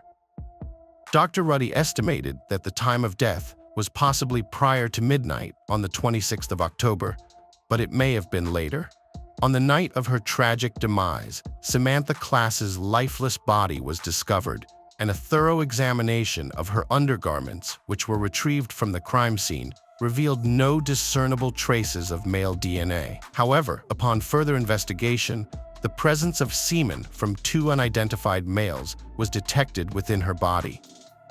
One of these individuals came forward and admitted to having been intimate with Samantha a few days prior to her untimely death. But after questioning, he was promptly eliminated as a suspect in the ongoing police investigation. The identity of the second male remained a mystery until July 1998, when Gary Allen was apprehended for driving under the influence of alcohol. It was during this arrest that Allen's DNA was collected and subsequently entered into the police database. Upon comparing the DNA evidence, it was determined that Allen's genetic profile was a match to the second set of semen found on Samantha's body.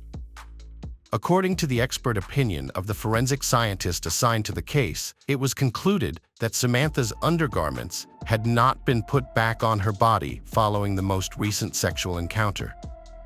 Moreover, it was discovered that Allen was well acquainted with the specific location where Samantha's body was found, as he had previously resided on Brickyard Lane with his aunt when he was just 16 years old. Despite the compelling evidence linking Allen to the crime scene, a crucial piece of evidence in the form of the vehicle present at the time of the murder was not available for examination. Nonetheless, the police were confident that they had apprehended the right suspect, and on November 17, 1998, Gary Allen was formally arrested and charged with the murder of Samantha Class. Over the course of the investigation, Allen was subjected to 5 separate interviews with the police as they built a case against him. Eventually, Allen conceded that he had indeed picked up Samantha on the evening of her murder. However, despite this admission and the mounting evidence pointing to his guilt, the jury was not entirely convinced beyond a reasonable doubt that they could convict Allen of the crime. Throughout the trial, Allen was accused of lying and deceiving the court, and apparently, he did so quite effectively. In January 2000, Gary Allen was acquitted of the murder of Samantha Class, leaving her family and loved ones without the closure and justice they so desperately sought. Local press commentary at the time of the crime described Allen as a psychopath with a dangerous aversion to women. Similarly, a book on sex work and violence in the UK quoted experts who warned that Allen would attack as soon as he was asked for money. Unfortunately, this accurate assessment proved true in the following years. In the month of February, Allen relocated from his residence in the northern region of England to the city of Plymouth, situated in the southern part of the country. Not long after Allen had settled into his new surroundings, 2 vicious attacks took place in Plymouth, one occurring in March and the other following in April. These brutal assaults bore striking similarities to the tragic fate that befell Samantha Class, as they targeted female individuals engaged in sex work and involved the horrific act of strangulation. The first of these heinous crimes transpired on the 29th day of March, a mere 35 days after Allen had been exonerated of any wrongdoing in the murder of Samantha. On that fateful day, Allen approached a woman who was working as a sex worker in Plymouth at the time. He expressed his desire for oral sex, to which she consented.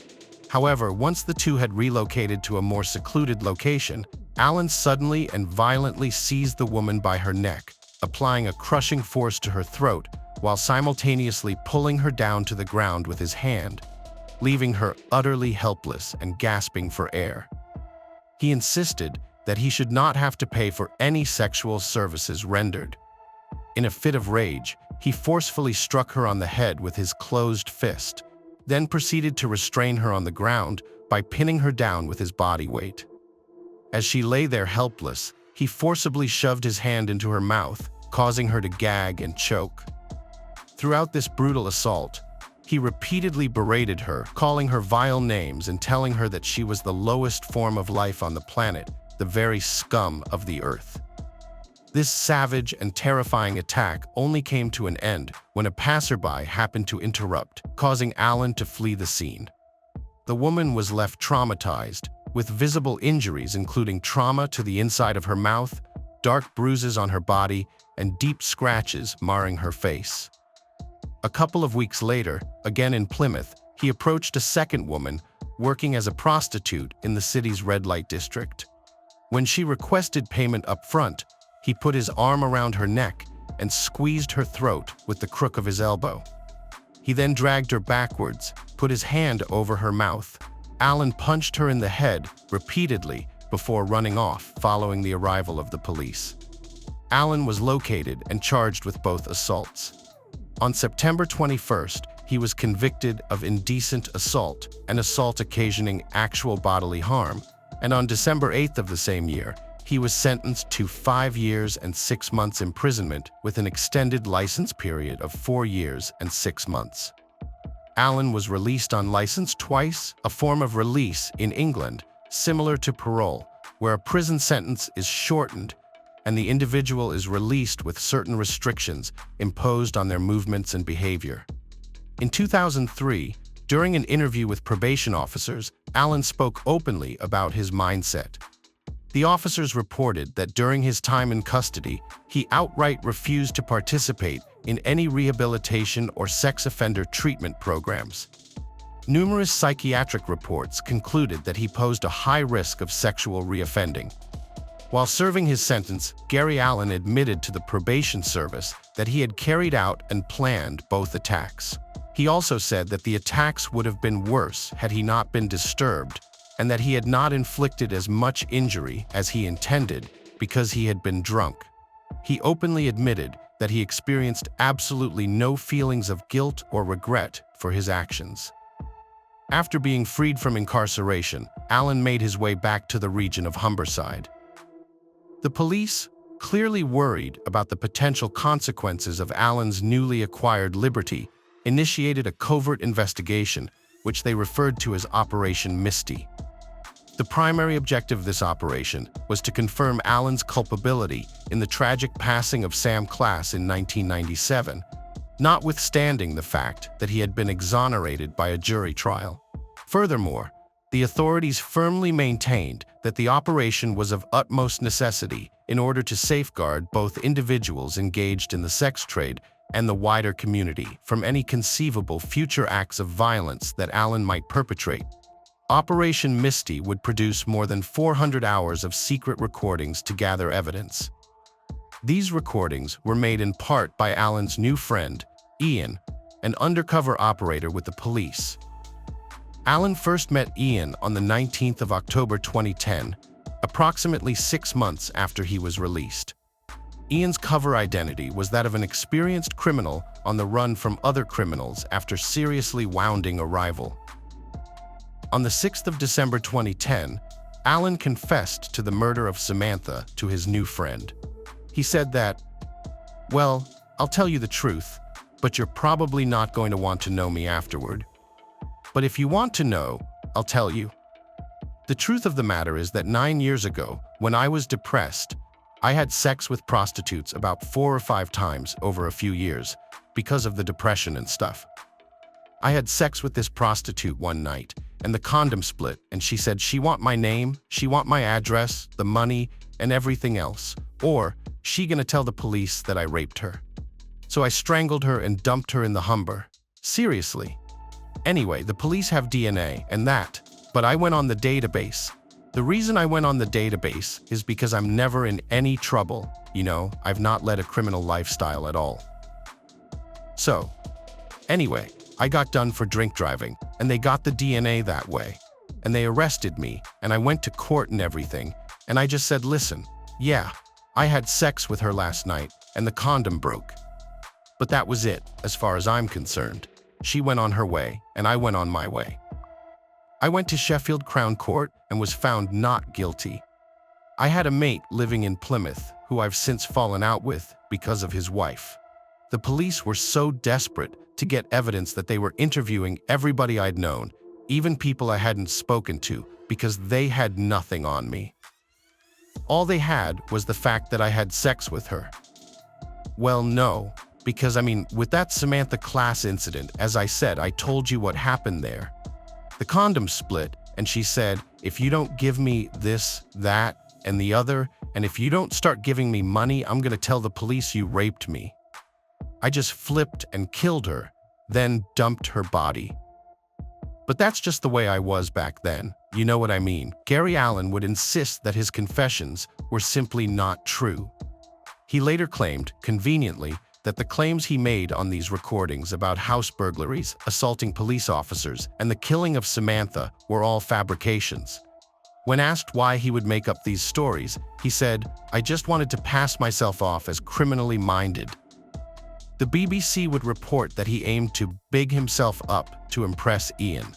Apparently, he just wanted to sound like a tough guy to his criminal friend Ian, or so he would later claim. It is somewhat unbelievable, given this series of events, that Gary Allen found himself a free man during Christmas time of 2018. At this time, Allen was living in Rotherham, which is a large town in South Yorkshire. It was there that he would meet Elena Grilikova. Allen was now 45 years old, and Elena was 38 and from Slovakia. She had moved to South Yorkshire in 2008 with her husband and 4 children, who were between the ages of 12 and 19. Elena was at a very low point in her life, having separated from her family, drinking excessively and taking drugs. To support her addiction, she had turned to prostitution, trading sexual favors with various men in exchange for alcohol, cash, and even a place to stay. They first encountered each other in the summer of 2018, and she subsequently made multiple visits to his apartment. Allen engaged in sexual activities with her and provided her with alcohol and other items.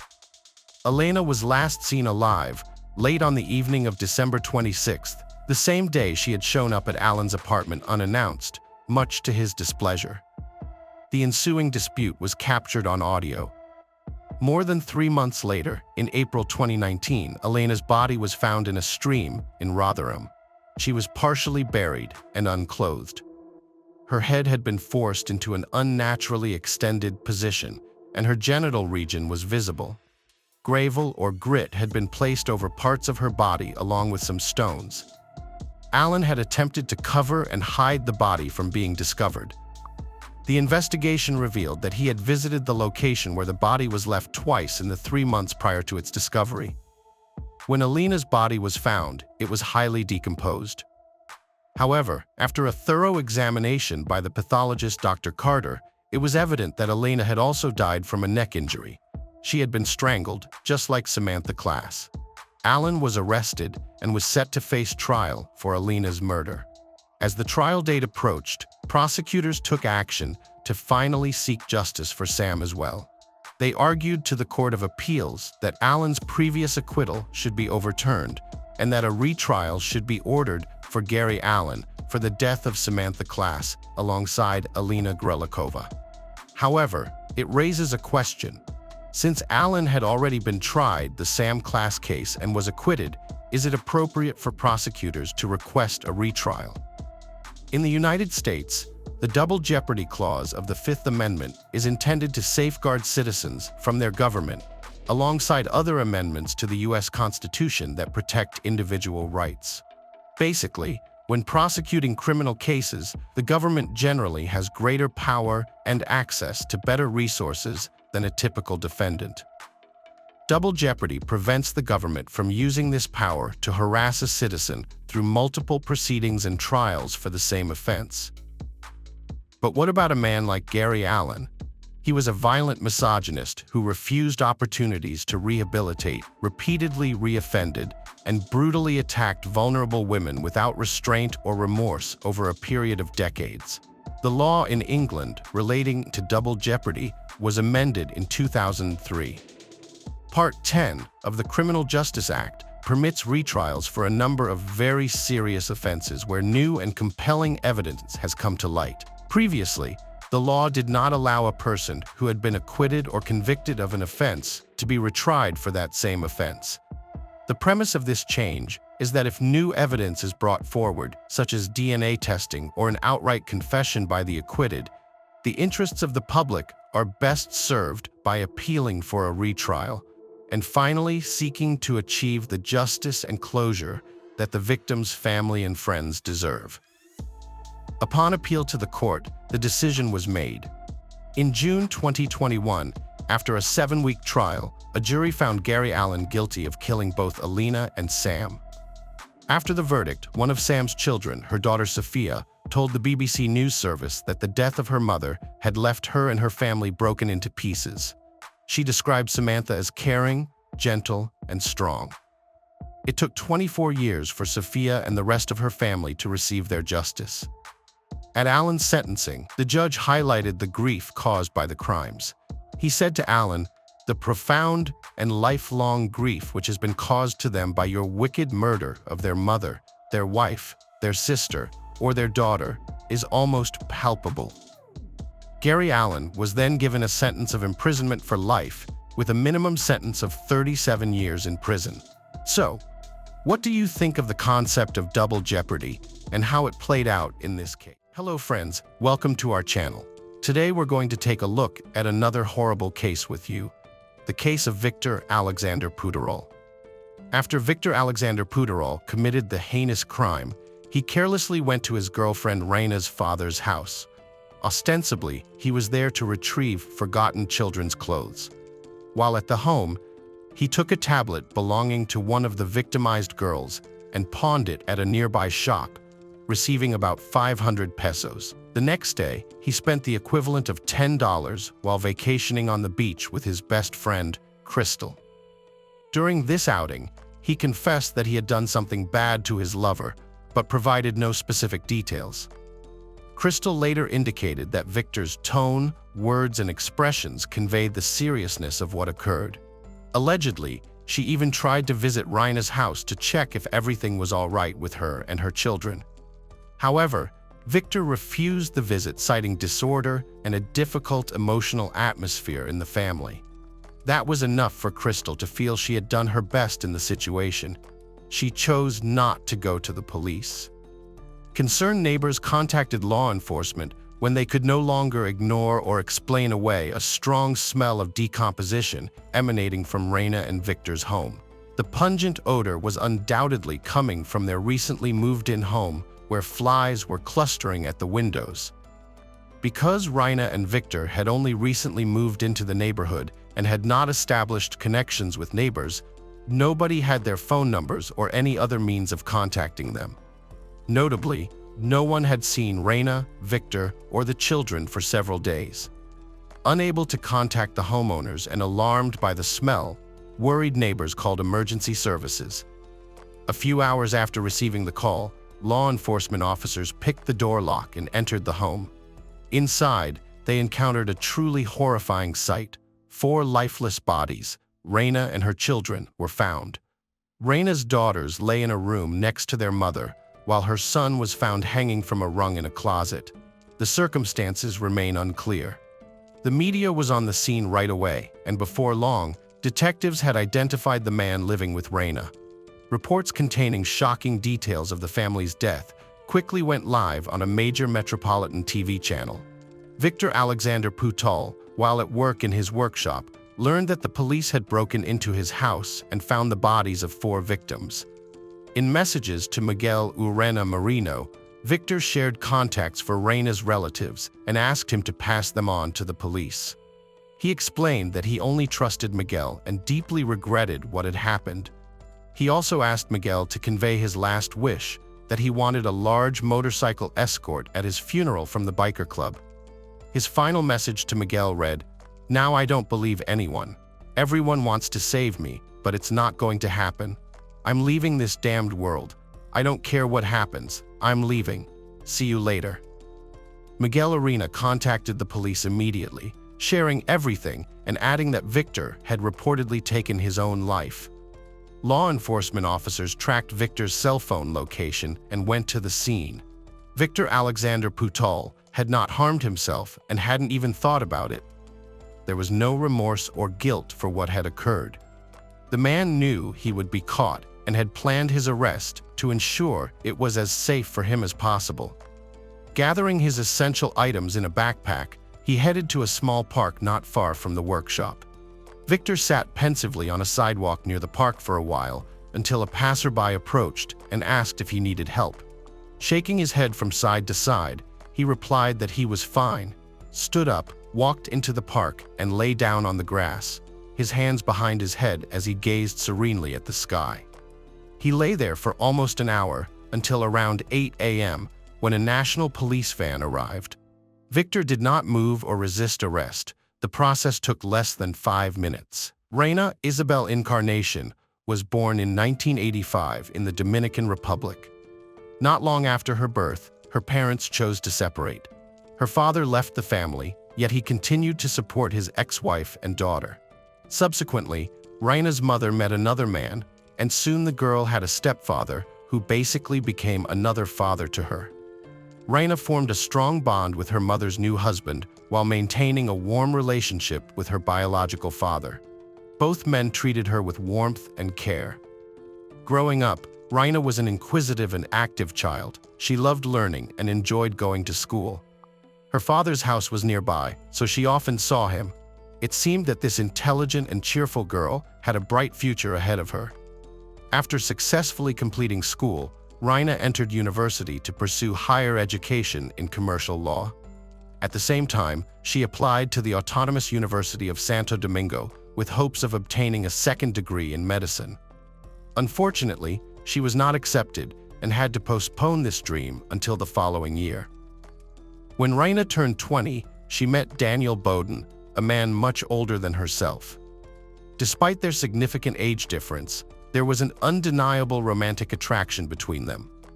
A few months into their relationship, Reina became pregnant, and soon after, the couple married. From this union came 3 children, Daniela Aracmanina and Angela.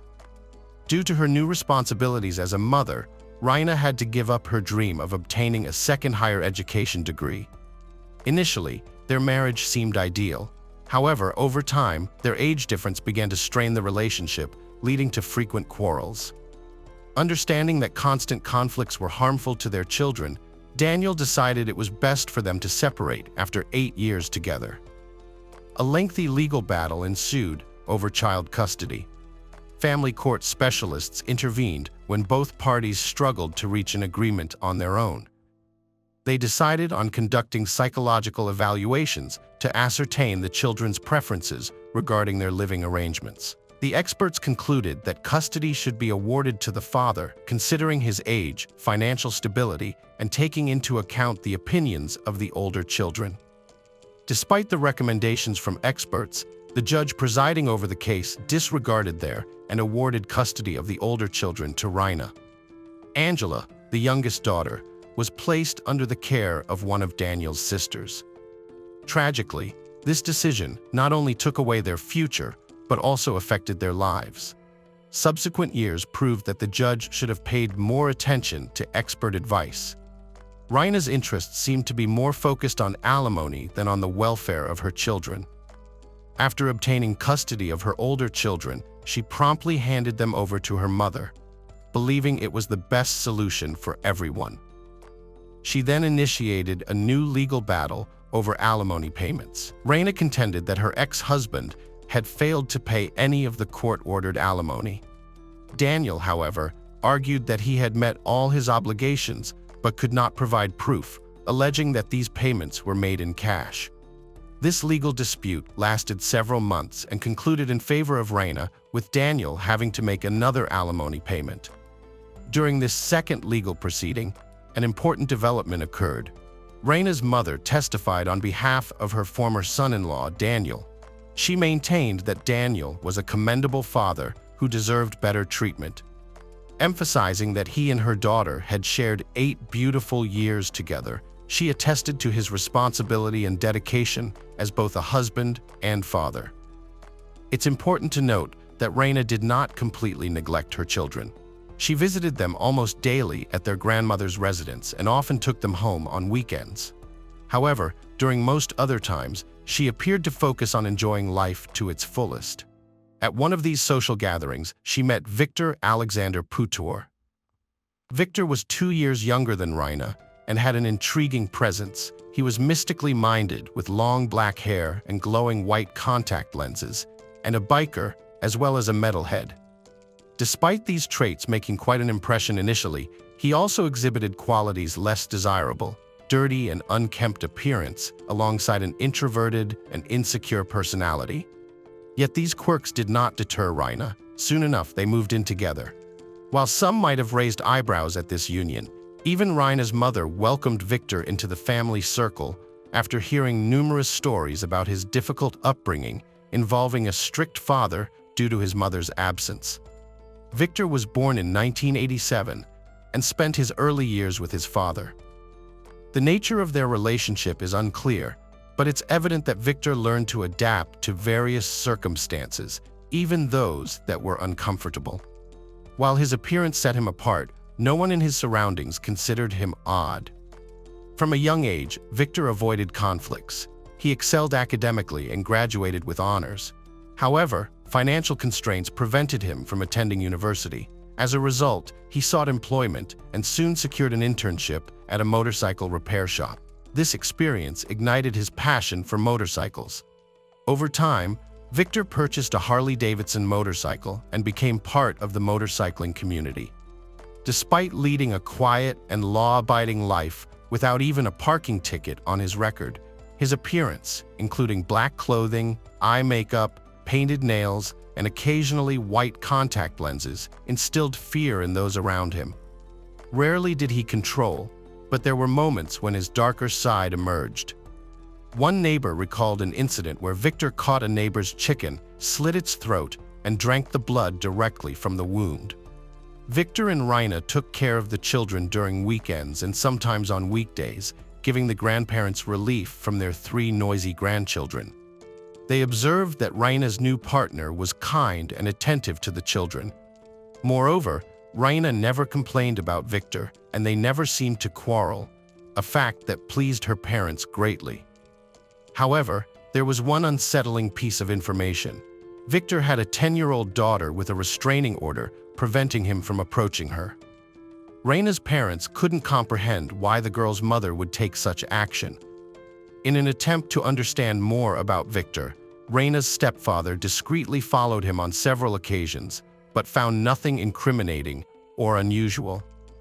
Victor abstained from alcohol and illegal substances and was consistently either at home or at work, repairing motorcycles. He never behaved rudely towards the children, even when alone with them. In other words, despite any suspicions, he appeared to be a normal person. Renick's parents dismissed the restraining order as her birth mother's eccentricity and quickly settled down. The situation changed when the aunt, who had been caring for the youngest Angela, informed Renick that she couldn't continue looking after the girl. Around this time, Renick's mother began having health issues. Consequently, the grandchildren had to move from their grandmother's house to live with Renick and Victor. Suddenly, all 5 of them were crammed into a small apartment. However, favorable circumstances soon emerged. Renick was offered a new job with a higher salary. The reunited family then moved into a spacious rented house with several separate rooms. Their life seemed idyllic: spacious home, loving partners, and children with their mother. This appeared as a sign that everything was going well.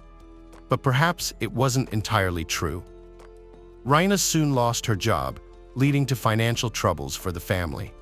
According to Victor's mother, she even had to provide financial assistance to the young couple because they lacked sufficient money for basics such as food and rent. Meanwhile, Renick's mother remained unaware of her daughter's struggles. On rare occasions, when Renick brought the children over to her mother's house, she would ask her to feed them well, a request her grandmother happily obliged. In addition to these financial problems, something strange and clearly unhealthy began happening in their relationship. Although Renick never complained to anyone about their circumstances or their relationship being far from normal, troubling signs surfaced shortly before tragic events unfolded. Victor appeared on the street one day with short cropped hair. It turned out that he and Renick had a severe argument the previous night, during which Renick cut off his long black hair while he slept as an act of revenge. Additionally, Victor admitted that Renick threatened to leave him with the kids if he didn't secure a good-paying job within a month. On Saturday, February 3, 2018, Renick her mother's house to pick her children, who had staying with their grandmother since Thursday.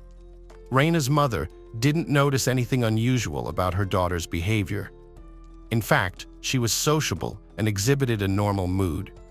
They even had the chance to chat over a cup of tea while the children packed their belongings.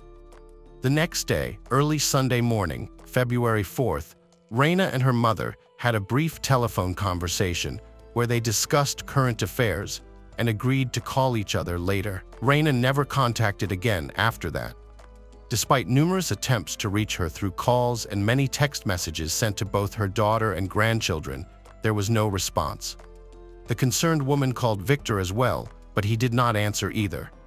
This silence and ignoring of calls continued for several days. Finally, on Wednesday, February 7th, Victor answered a call.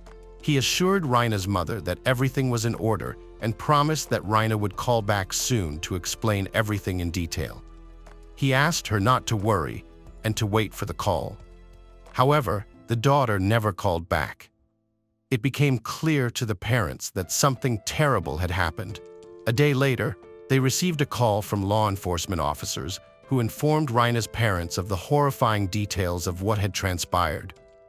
Following his arrest, Victor Alexander immediately began to testify without hiding anything or expecting leniency. According to his account, he initially wanted to end his life, but then changed his mind, believing he should pay for what he had done. Thanks to his detailed testimony, authorities were able to almost completely reconstruct the sequence of events. On the morning of Sunday, February 4th, the two roommates had another significant argument in their shared bedroom. During this altercation, Victor struck Renick several times on her neck, chest, and stomach, which resulted in her death. He then locked her body in the room and asked Daniela, Renick's oldest child, to go to the store and buy him a pack of cigarettes. While Daniela was gone, Victor went into the children's room and strangled Renick's daughter with a necktie as she slept. When Daniela returned from the store, he did the same thing to her as he had done to her sister. Afterward, and tragically, he moved both children's bodies into the bedroom alongside their mothers. Back then, Renick shared that young Aramon was playing quietly in the courtyard behind the house. Victor approached the boy and explained that his older sister had gone to the store and was running late. He told him he'd take him to their aunt's house and then go look for Daniela. Aramon obediently followed Victor to Aunt Johanna Mendoza Coelho's house. Having left the boy there, Victor returned home with the intention of hiding the consequences of his actions. It appears he only realized upon returning that concealing the truth was impossible, and it would eventually come out. A few hours later, he retrieved Aramon and informed his aunt that Daniela had been found and it was time to go home. At home, Victor took Aramon's life by hanging him from a rung inside a closet. Victor claimed he committed this crime due to the difficult financial situation they were in, which he felt psychologically unable to cope with. Acquaintances confirmed that recently he had complained about family disagreements over money. Victor's mother informed investigators that financial difficulties had driven her son into despair, pushing him to commit such a grave act. The couple was already in a critical state, and their problem worsened over the weekend when they didn't get their expected paycheck. I believe it was this situation, my son being a young man, being pressured for money by a woman and her children, that pushed him over the edge, said Mrs. Joanna Mendoza, aunt of the accused. However, the extreme brutality of the crime didn't align with pure mental illness. The preliminary autopsy report clarified things further. All female victims weren't just deprived of life, but also abused. An investigation by the public prosecutor's office revealed that victim Reina Isabel Encarna had frequently raised concerns via WhatsApp with the accused about inappropriate intimate acts towards Angela while she slept. In recent messages, Reina threatened her cohabitant with going to law enforcement if things didn't change. Reina's mother told police that although the detained young man had always treated the three girls well, He had a particularly special relationship with Angela. He frequently carried her in his arms, placed her on his lap, and often hugged and kissed her. He even gave her a special nickname, Señorita. Investigators believed that Victor had ended the lives of his family members not due to financial problems, but to conceal the wrongful acts committed against Angela. Forensic results confirmed that Rena, as well as the two girls, had been wrongfully abused. Nonetheless, experts couldn't determine whether these acts were committed before or after their deaths, as the bodies were in an advanced stage of decomposition. A psychiatric examination revealed that Victor suffers from antisocial personality disorder. This means he lacks both guilt and conscience. The heinous crime deeply outraged and shocked the entire Dominican society. The trial began in January 2019 and wrapped up in just 2 days. Testimony was provided by experts, forensic specialists, investigators, and various witnesses. A lot of information came from Victor's friends. Crystal, his best friend, mentioned that on the day of his arrest, he handed over all his social media passwords and his mother's phone number to her. To Crystal, it seemed like Victor was planning to end his life. Another friend stated that Victor confessed the crime to him in detail a few days before his arrest, but it was so horrifying that this friend took it as a joke initially. In general, everyone who had ever met or seen the accused was stunned by his actions, including neighbors, teachers, and co-workers. Victor's only childhood diagnosis was attention deficit disorder, ADD. However, according to his mother, this condition didn't cause any problems for either him or their family. 18 witnesses in total testified during the trial, including 2 forensic experts. At the trial, the latter provided such shocking details that even Victor's mother asked for the full weight of the law to fall on her son. She firmly stated, "Justice must be served. He must pay for everything he has done." In court, she pleaded with Rena's family to forgive her for such a son, and shared in their grief. Victor Alexander Futrell admitted guilt to taking the lives of Rena Isabel Encarnacion and her 3 children. He also offered an apology to the victim's family and the public for his crime. The man received the harshest sentence available within the Dominican Republic's judicial system at that time, 30 years. When sentenced, he was just 30 years old, meaning he could potentially leave prison and live out his remaining years in freedom under fortunate circumstances. These things prompted the National Congress to expedite updates to the criminal code. The country's legal system, established in 1844, does not include cumulative punishment for multiple crimes. Had the updated criminal code been in effect, Victor Alexander could have faced a sentence of up to 60 years for his crime. The shocking deaths of Rena and her children underscored the urgent need to update this law. Nonetheless, it can be said that justice prevailed as the perpetrator received the maximum sentence possible at that time. Rena's mother expressed satisfaction with the outcome of the case during various television. Megan Newton, born in 2001 to Michael and Sarah, also had a stepsister named Demi. However, Megan primarily spent her time alongside her mother Sarah, forging an incredibly tight-knit bond akin to best friends. Megan kept no secrets from her mother, while Sarah, in return, would often consult her daughter, who displayed wisdom beyond her years on various significant issues. The woman characterized her daughter as highly ambitious, dynamic, and affable. Megan's friends described her as someone with an excellent sense of humor, compassionate, and thoughtful. Her grandparents remarked that she possessed a golden heart from a young age, always prepared to lend a hand to others. In her elementary school days, Megan encountered a new classmate, a girl whose family had recently relocated to England from China. The girl faced significant challenges in understanding the curriculum and interacting with peers due to her lack of English proficiency. Consequently, the teacher placed her beside Newton, hoping the compassionate and helpful Megan would assist the newcomer. Megan embraced this role wholeheartedly, overcoming the language barrier to aid her classmate and adjusting to a new environment. By the time the girl moved back to China, she had achieved a respectable level of English proficiency. Megan's kindness and open-mindedness persisted into her teenage years and adulthood, finding expression in her passion for sports. Soccer, in particular, captured her heart, leading her to join the Stoke-on-Trent women's soccer team. Additionally, she engaged in coaching, dedicating her weekends to training young girls under 7 years old instead of resting, striving for her Level 1 coaching badge. Megan aspired to secure a sports scholarship in the USA. Her commitment to sports, especially soccer, was so profound that she chose to pursue a career in it, even getting a small tattoo of a soccer cleat to express her love for the game. Upon completing her schooling, Megan embarked on her college journey, aiming to pursue her passion further. Megan Newton, a promising student aspiring to become a sports therapist or physiotherapist, was the first in her family to attend a tertiary education institution. Despite her potential for a bright future, her dreams were tragically cut short in the spring of 2019. Megan led a busy life, balancing 3 part-time jobs. On April 19th, a seemingly ordinary day, she finished work at a local fish and chip shop and headed home around 10:20 p.m. Living independently in her own apartment, Megan enjoyed her newfound autonomy. After getting ready, she joined friends for a night out at a club in Hanley, where they danced and had drinks.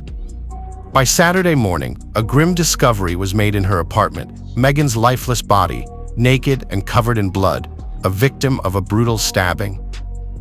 This horrific event deeply affected the community, who remembered Megan as a vibrant and charming young woman.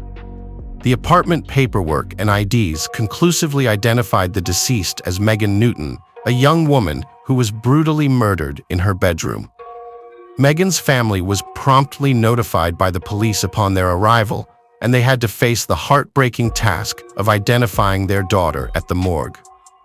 Megan, whom they had cared for with great love and recently allowed to live independently, met a tragic end that they never could have imagined, even in their worst nightmares. The crime scene was immediately secured, and forensic experts were sent to Megan's apartment to collect any potential evidence. The autopsy revealed the horrifying extent of the attack on Megan. She was strangled first, losing consciousness due to the lack of oxygen, and then she received 9 stab wounds to her back that punctured both her lungs. Furthermore, it was clear that she had been sexually assaulted. The murder weapon, a kitchen knife that belonged to Megan, was found nearby. The forensic pathologist concluded that it was these stab wounds that led to Megan Newton's untimely death. The bloodied knife and apartment keys were sent to the lab in the hope that DNA analysis could identify the assailant. It was believed that the culprit had accidentally dropped the keys while leaving Megan's apartment after the murder. The investigation began with detectives reconstructing the events leading up the tragic incident by talking to Megan's friends and family. It was determined that Megan had spent the evening at a club before taking a taxi home in the early hours of the morning. The investigative team reviewed surveillance footage from the area around the nightclub and the route Megan took to get home. Effort to trace her final movements and possibly pinpoint the assailant drew their attention to footage showing Megan boarding a taxi accompanied by a friend and an unidentified young man, raising questions about this individual's identity and potential role in the crime. Subsequent video from within Megan's apartment complex showed the same young man again, this time within the premises. Luckily, a camera positioned in the common hallway offered a clear view of the entrance to Megan's apartment, allowing officers to monitor who came and went that night. The goal was to identify the murderer by scrutinizing the video recordings from the evening of the incident. At approximately 3:44 a.m., Megan was seen entering her apartment building's lobby with the same young man she had shared a taxi ride with around an hour before. They proceeded together towards her apartment, with Megan appearing cheerful and exhibiting no signs of apprehension or unease around the individual. Upon reaching her door, Megan used her keys to unlock it, and they both went inside. However, a particular moment caught the detective's attention. While Megan was unlocking the door, the young man stood behind her, scanning the area and even making eye contact with the camera lens at one point. This behavior immediately raised suspicions among the police. They pondered whether the young man had premeditated harming Megan, possibly after coercing her into sexual acts, and was checking for potential witnesses. Further scrutiny of the video footage from the remainder of the night revealed a disturbing fact. Only the young man exited the apartment the following morning around 5:54 a.m. He attempted to leave the building but realized he needed a special key fob to do so. He returned to Megan's apartment, momentarily retrieved the keys, and eventually managed to exit the building. The external surveillance captured him discarding an object where the blood-stained apartment keys would later be discovered by a neighbor. The most damning evidence of his involvement in Megan's death was obtained from another surveillance camera, which showed him walking away from the scene, inspecting one of his hands that appeared to be covered in blood. This critical piece of evidence marked a pivotal moment in the investigation. Identifying the young man as Joseph Trevor was swift due to a recent run-in with the law just the day before the tragic event. He had been arrested for possessing ketamine, a substance used both medically and in veterinary settings as an anesthetic and sometimes for pain management. The police officer who had apprehended Trevor immediately recognized him in the surveillance footage. Trevor, 18, hailed from a reputable family deeply rooted in the law enforcement community, with both his father and mother serving as police officers. He resided in a neighboring district and had a long-standing acquaintance with Megan Newton, as they had been high school classmates. Joseph led a seemingly typical life. He was academically successful and shared Megan's passion for sports, excelling in soccer to the extent of playing professionally for Newcastle Town and securing a sports scholarship in America with plans to relocate there after completing his studies. Like Megan, Joseph was pursuing higher education in Newcastle, poised for a promising future. To many who knew him, Trevor was perceived as a kind, affable, and sociable individual.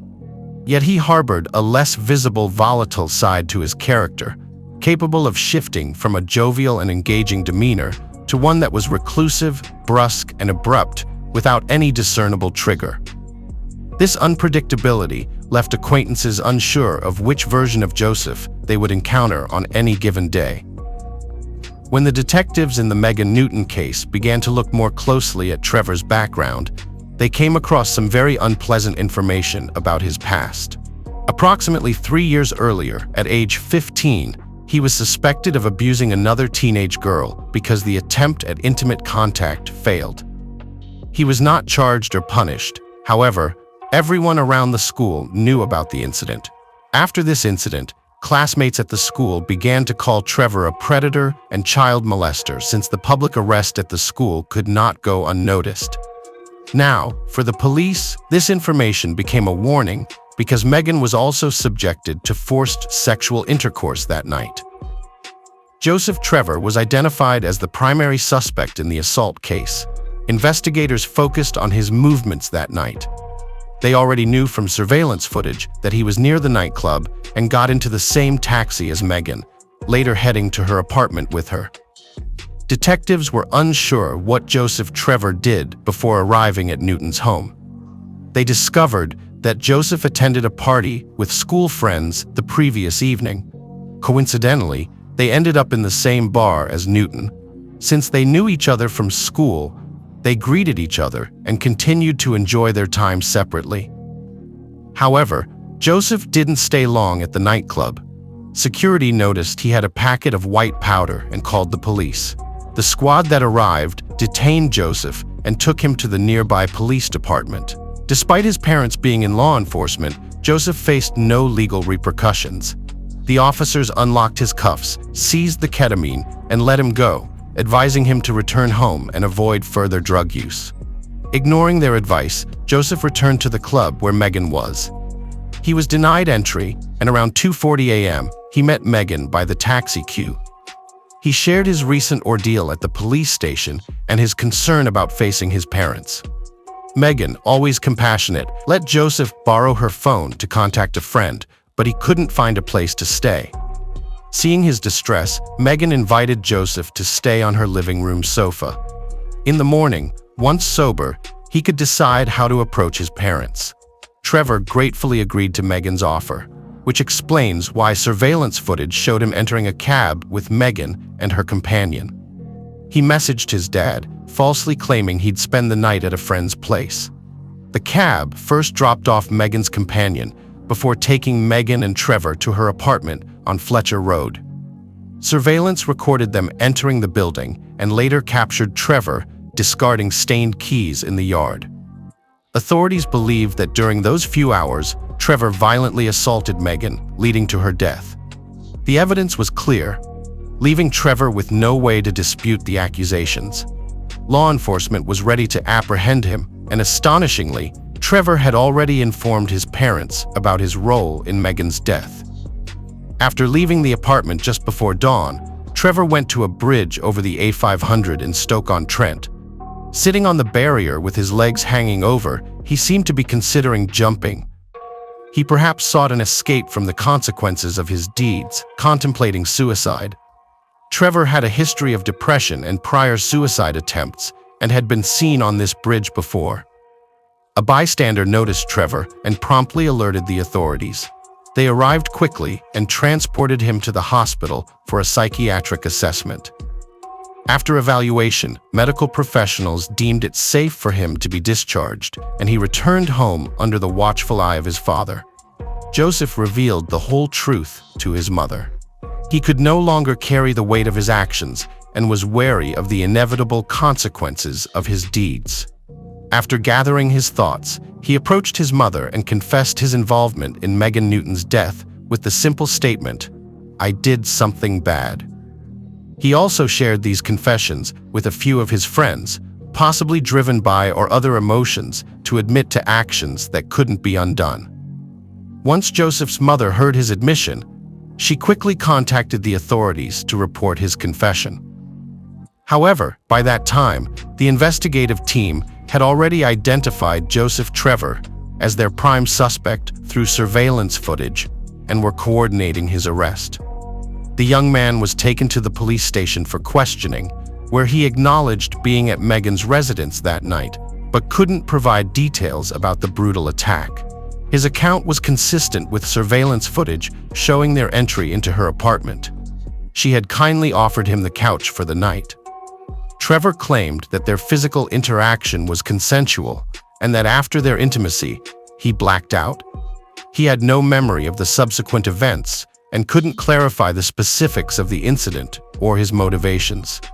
The only memory he retained from that night was Megan's apology. At 15, Trevor had also faced allegations of harassing a peer. He was ridiculed by his classmates, who labeled him with various derogatory terms. Some branded him a predator and charmer, and among them, Newton allegedly tagged him as Rolf Harris. According to Trevor's account, Ralph Harris, a famed Australian TV host, musician, and painter, was convicted of child abuse and other sexual offenses. These monikers deeply wounded Joseph throughout his youth. He endeavored to erase these bitter memories. Over time, Megan's apology for the schoolyard taunts abruptly revived these painful recollections, propelling him into a fit of anger. In that instant, he purportedly seized a knife. Nonetheless, the detectives dismissed his account, skeptical of his conveniently lapsing memory at a pivotal juncture. The law enforcement officers were persuaded that he was fully cognizant of his actions throughout. It's likely that Megan merely turned him away that evening. She offered him a place to stay out of friendship, recognizing his troublesome situation.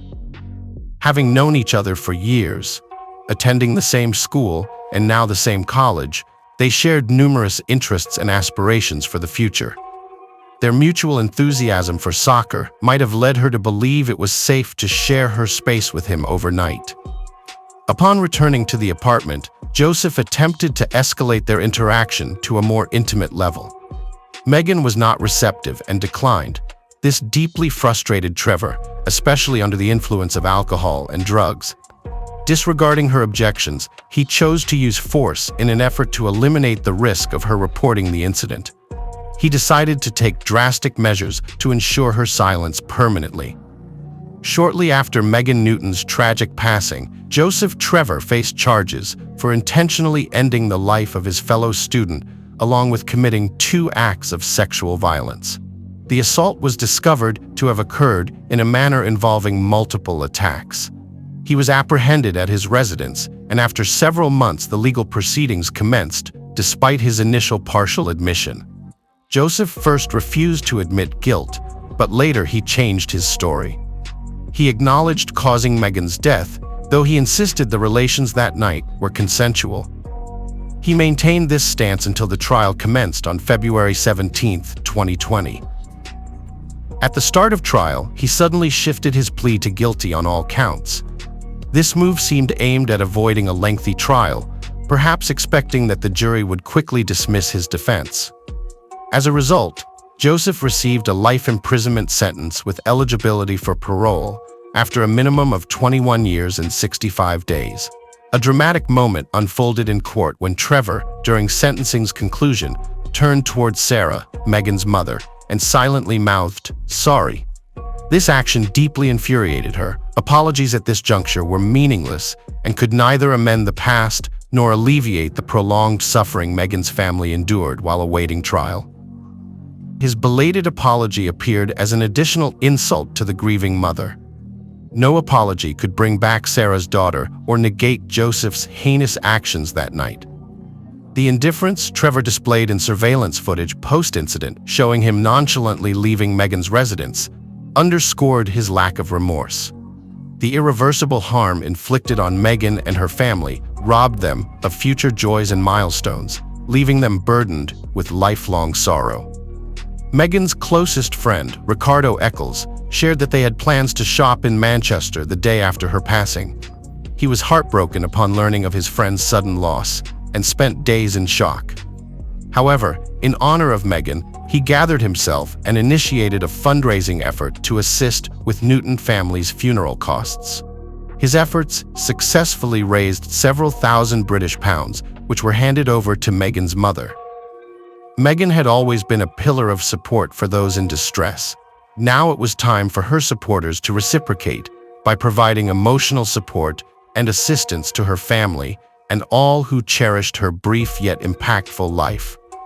A fervent supporter of Stoke City Football Club, Megan was remembered by the team's players and passionate supporters who dedicated a minute of applause during a game in her honor. Her family and friends also collected funds to set up a commemorative bench in her memory at a serene park in Stoke-on-Trent. Today, we discuss the tragic consequences of a shameless liar's pursuit of significant wealth and the numerous lives it can impact. Michelle grew up in Hurst, a suburb of Dallas, Texas, alongside her younger sister, Laura. Their mother left in search of better opportunities, leaving their father to raise them. Managing 2 daughters alone was challenging for him. He supported them through various odd jobs at construction sites and frequently consumed alcohol. In his quest for easy money, he resorted to illegal schemes. He worked at different factories and intentionally injured himself to receive insurance compensation. This fraudulent scheme worked temporarily, but eventually got exposed by security cameras at one factory, resulting in his arrest. Michelle learned how to lie and manipulate as part of her everyday life. She yearned to escape her circumstances, but couldn't break free from her ingrained habit of lying. It had become an integral part of her existence. She aspired to grow up and leave poverty behind. At 15, Michelle was very attractive, a petite brown-haired girl with an athletic build who gained popularity among boys, both her age and older.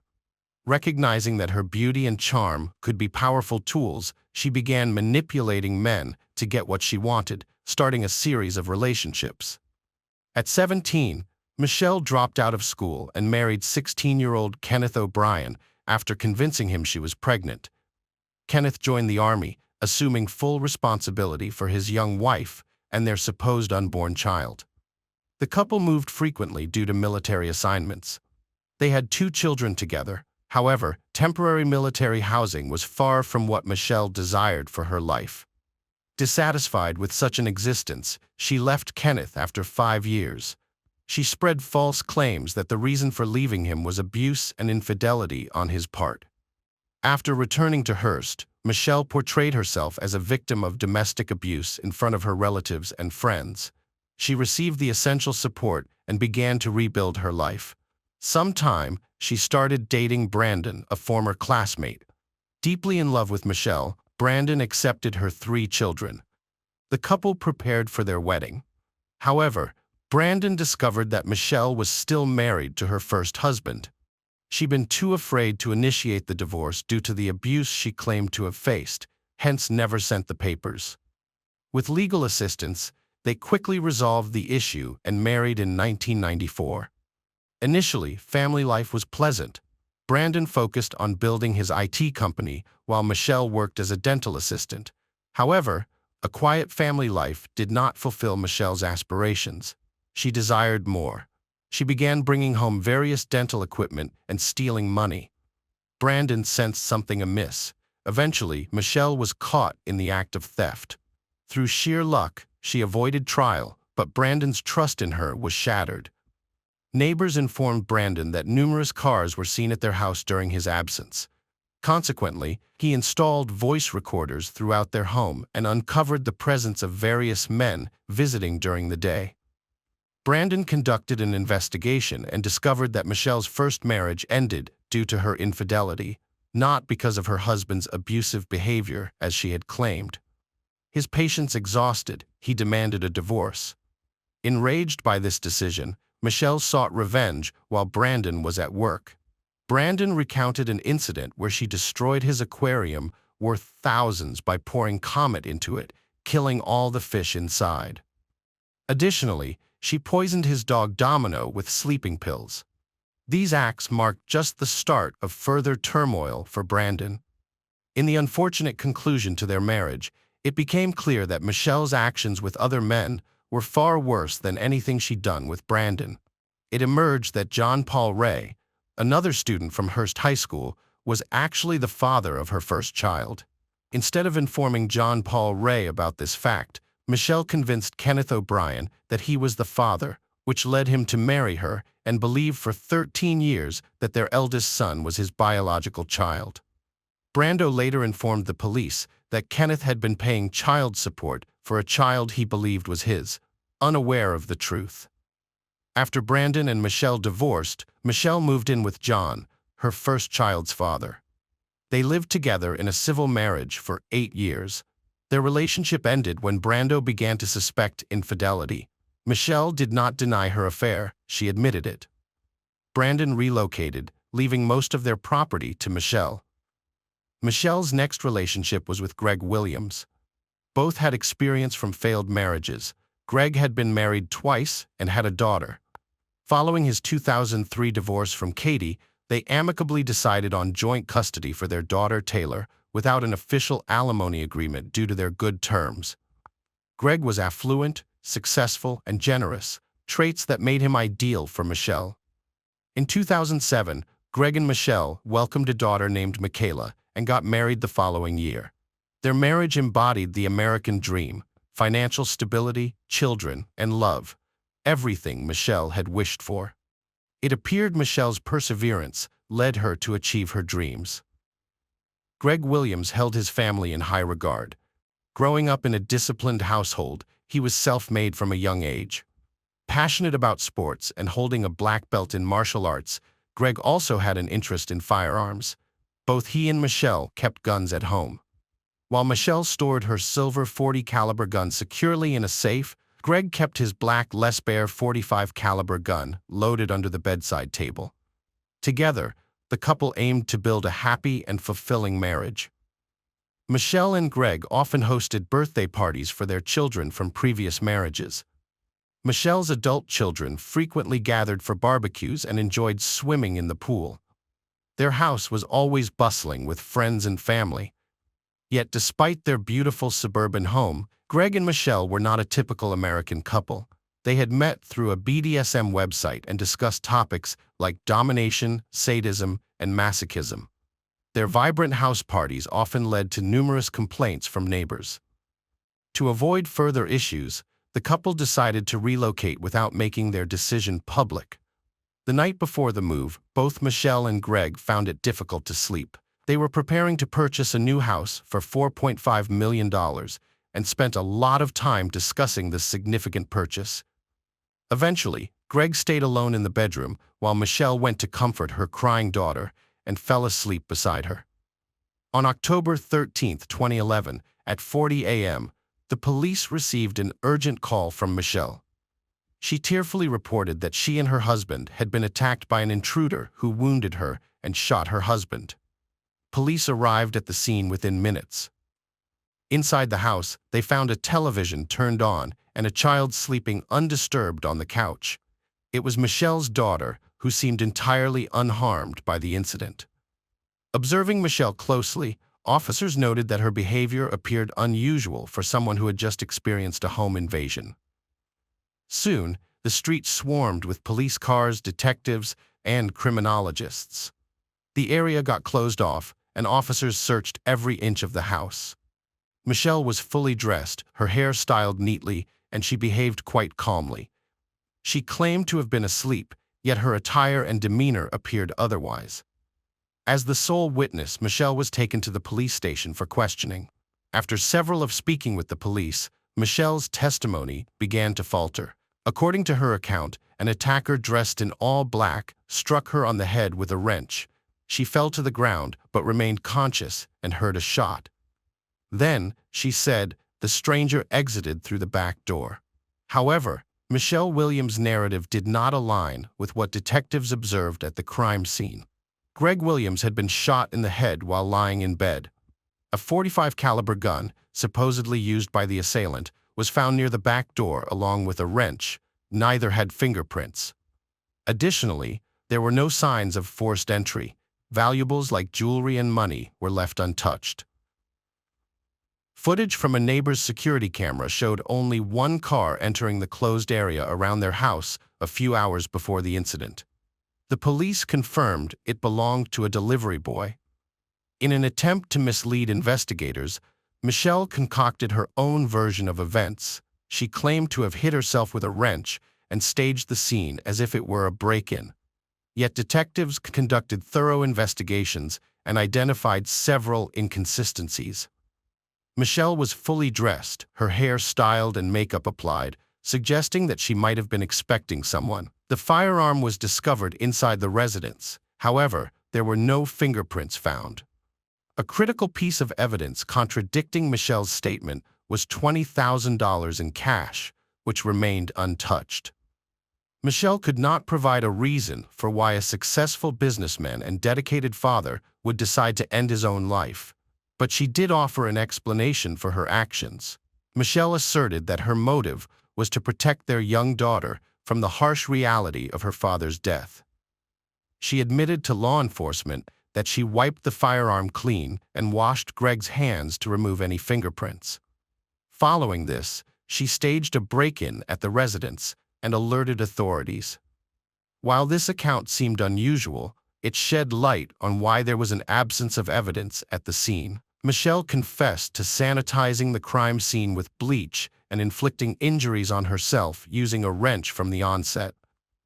The police held reservations about the reliability of Michelle's testimony, yet at that time there wasn't any physical evidence linking her to the crime. Michelle faced arrest for providing false evidence, but was released shortly after. At about 5 p.m. on the day the crime occurred, Michelle visited her sister Laura's house. She didn't bring up Greg's name. During questioning by the police, her sister Laura shared, Michelle cried now and then, but did not seem genuine. Strangely, the next morning, Michelle woke up in excellent spirits. She dressed impeccably and did her hair and makeup. She seemed cheerful as she went to a well-known restaurant for breakfast, where she ordered pancakes with syrup.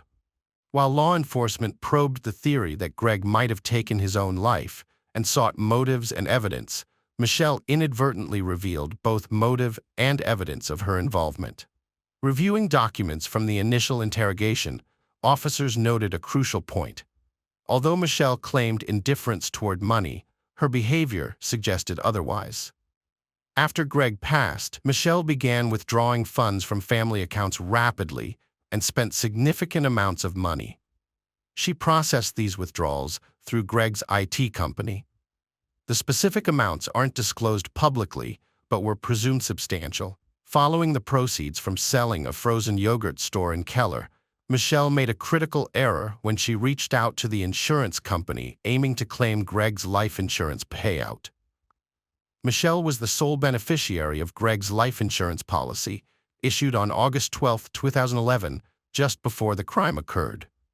Despite this, she overlooked a crucial detail. The terms of the insurance excluded coverage for deaths by suicide. Consequently, Michelle's claim for the $600,000 insurance payout was denied. This denial became the primary motive behind the crime.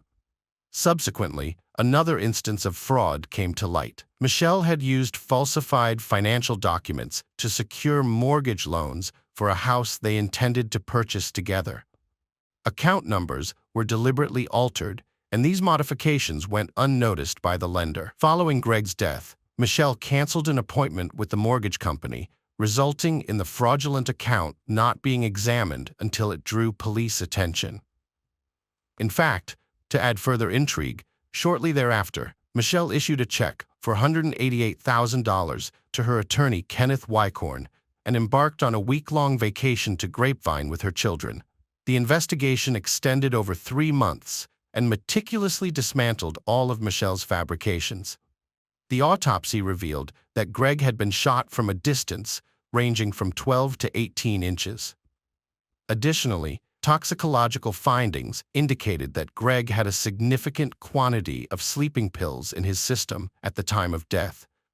It was also determined that there was no evidence of a burglary. The comprehensive police investigation thus unmasked the true circumstances surrounding Greg's demise and exposed Michelle's deceitful actions. Mrs. Williams administered drugs to her husband and then shot him from a distance of 1 after increasing the volume of the television.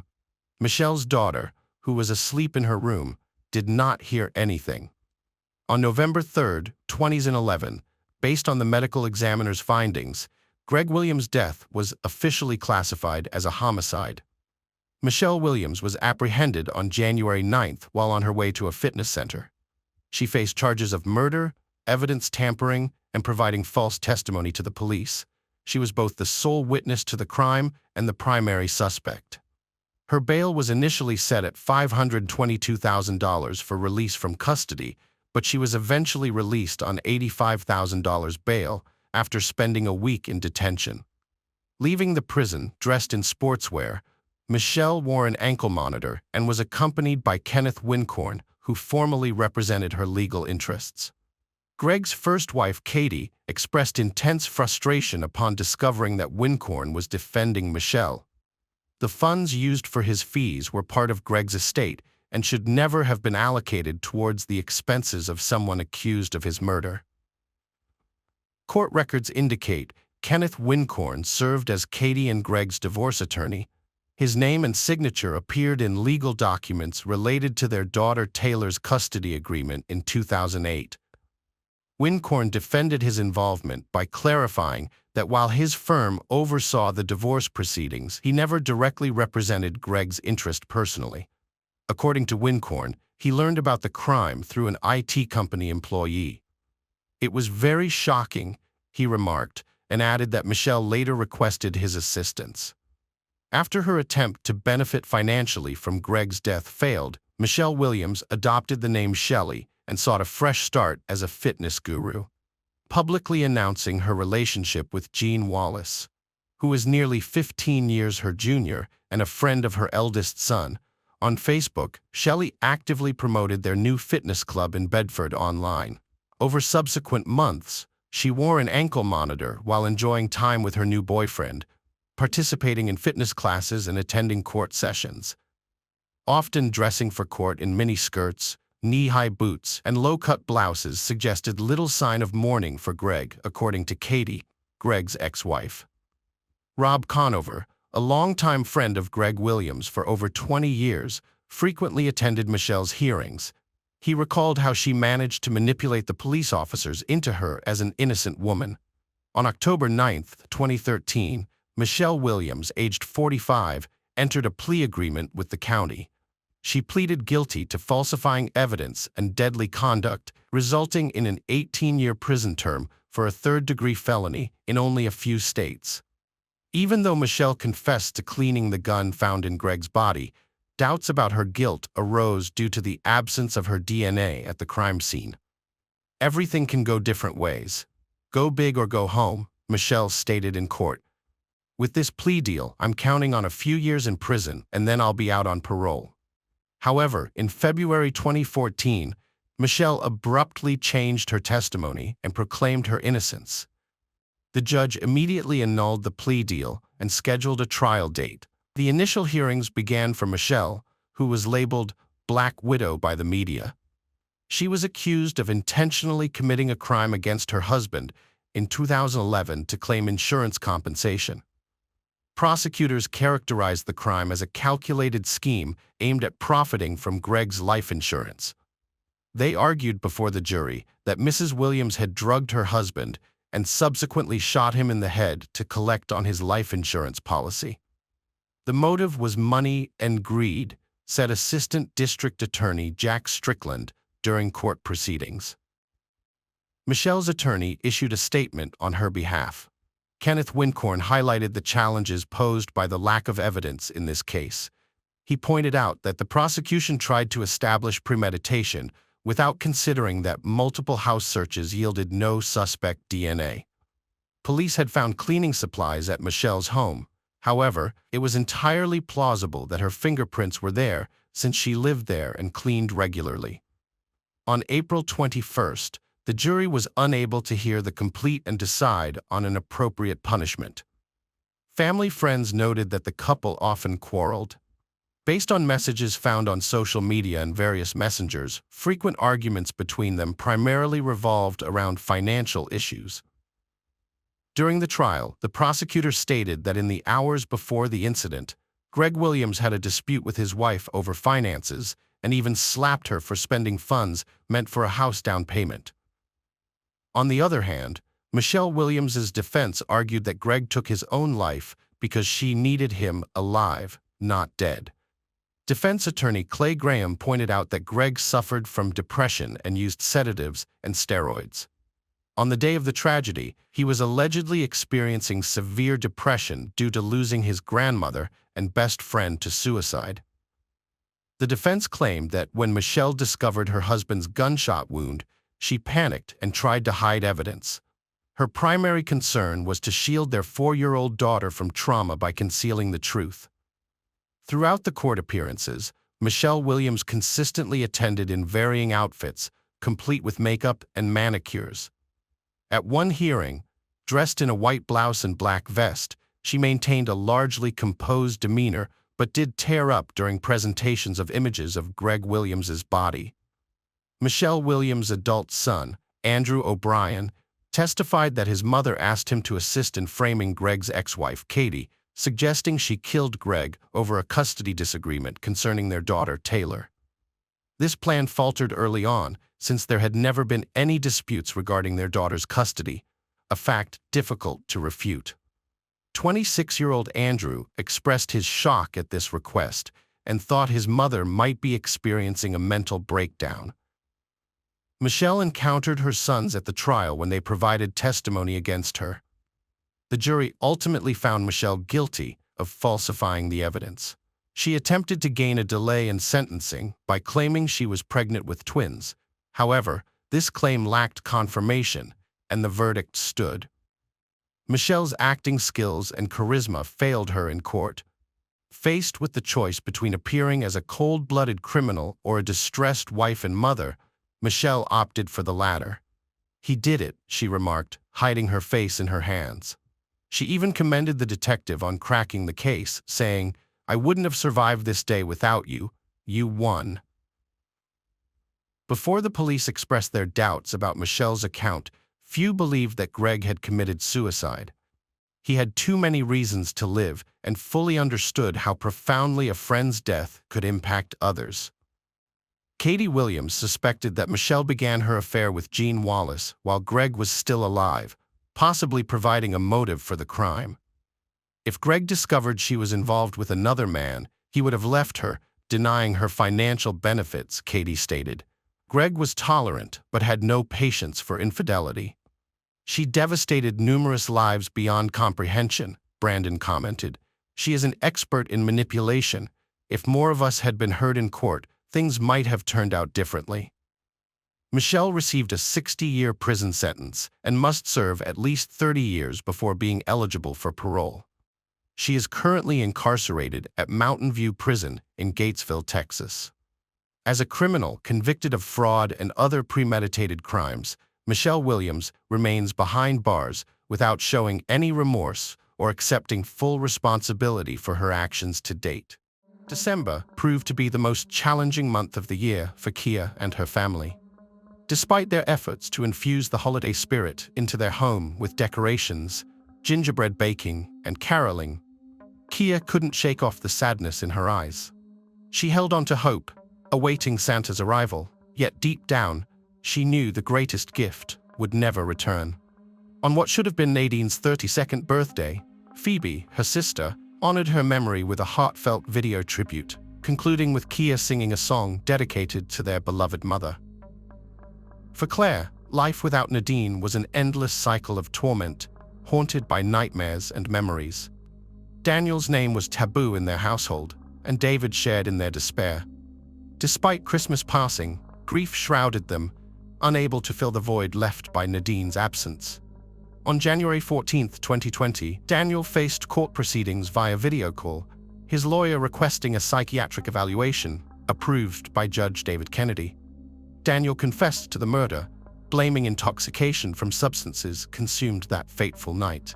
The trial, overseen by Judge Michael Magram and a jury of 7 men and 5 women, was marked by prosecutor John O'Kelly's presentation of damning evidence, detailing Daniel's cruelty towards Nadine.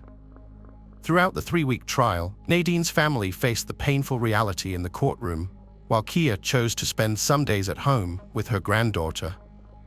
Daniel's lack of remorse, evident in his fake displays of affection towards his mother, disgusted Claire. Testimonies from the intensive care unit nurse painted a grim picture of Nadine's condition, further solidifying Daniel's guilt. Throughout it all, Daniel never offered an apology to Nadine's family, leaving Claire disillusioned by his insincerity.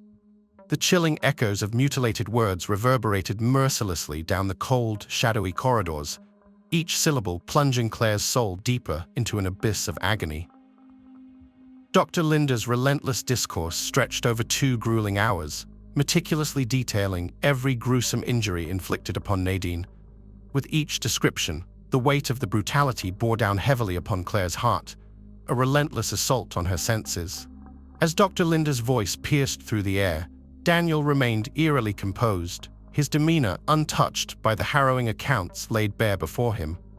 It was as though the suffering of Nadine and her shattered family were mere trifles to him, inconsequential in the face of his own self-absorption. Refusing to acknowledge his guilt, Daniel's defiance only served to amplify Claire's anguish. His steadfast denial, devoid of remorse or empathy, cast him further into the depths of his own depravity. Despite the damning verdict that condemned him to a lifetime behind bars, Daniel's indifference persisted, a stark reminder of the darkness that dwelled within him. But even as the gavel fell and justice was seemingly served, the wounds of Nadine's family festered, raw and unhealed. The leniency of Irish law, offering a mere 18 years for a life extinguished, felt like a cruel mockery, a mockery that Claire and Nadine's loved ones could not accept. In the unforgiving confines of Whitfield Prison, Daniel found himself marked for retribution, a target among predators hungry for vengeance. Isolated from his fellow inmates for his own safety, he remained defiant, his arrogance unyielding even in the face of imminent danger. Yet, fate's relentless hand struck again within the walls of Midlands Prison, where Daniel became the victim of another inmate's brutal assault. Hospitalized and scarred, he bore the physical remnants of his own malevolence, a grotesque reminder of the pain he had inflicted upon Nadine and those who loved her. Nadine's story, a tragic testament to the horrors of domestic violence, reverberated far beyond the shores of Ireland. Born in Arlo, a beacon of hope on the southeastern coast, her light was extinguished far too soon, leaving behind a legacy of sorrow, and a family torn asunder by grief. In the summer of 2012, three sisters, Phoebe, Tanith, and Kayla, embarked on a journey of adventure. Among them was Nadine, a captivating 26-year-old woman with plans to explore the wonders of Australia. With a heart brimming with anticipation, Nadine looked forward to a vacation filled with thrilling escapades, sports, and the prospect of forging new friendships. Nadine's essence radiated a unique charm that captivated those around her. Her laughter and radiant smile had a way of enchanting everyone she encountered. Despite her outgoing nature, Nadine harbored a sensitive soul, always seeing the goodness in people. She treasured her family deeply, finding solace and support in their love. Photography became Nadine's passion as she sought to capture fleeting moments of beauty in the world. What began as a hobby soon blossomed into a successful career where Nadine used her talents to enhance the beauty of others. In matters of the heart, Nadine treaded cautiously, cherishing her independence and relishing the company of friends. However, fate intervened when she crossed paths with Daniel, a reserved yet intriguing man from Dublin. Despite their stark differences in demeanor, Nadine found herself drawn to Daniel's piercing gaze and quiet strength.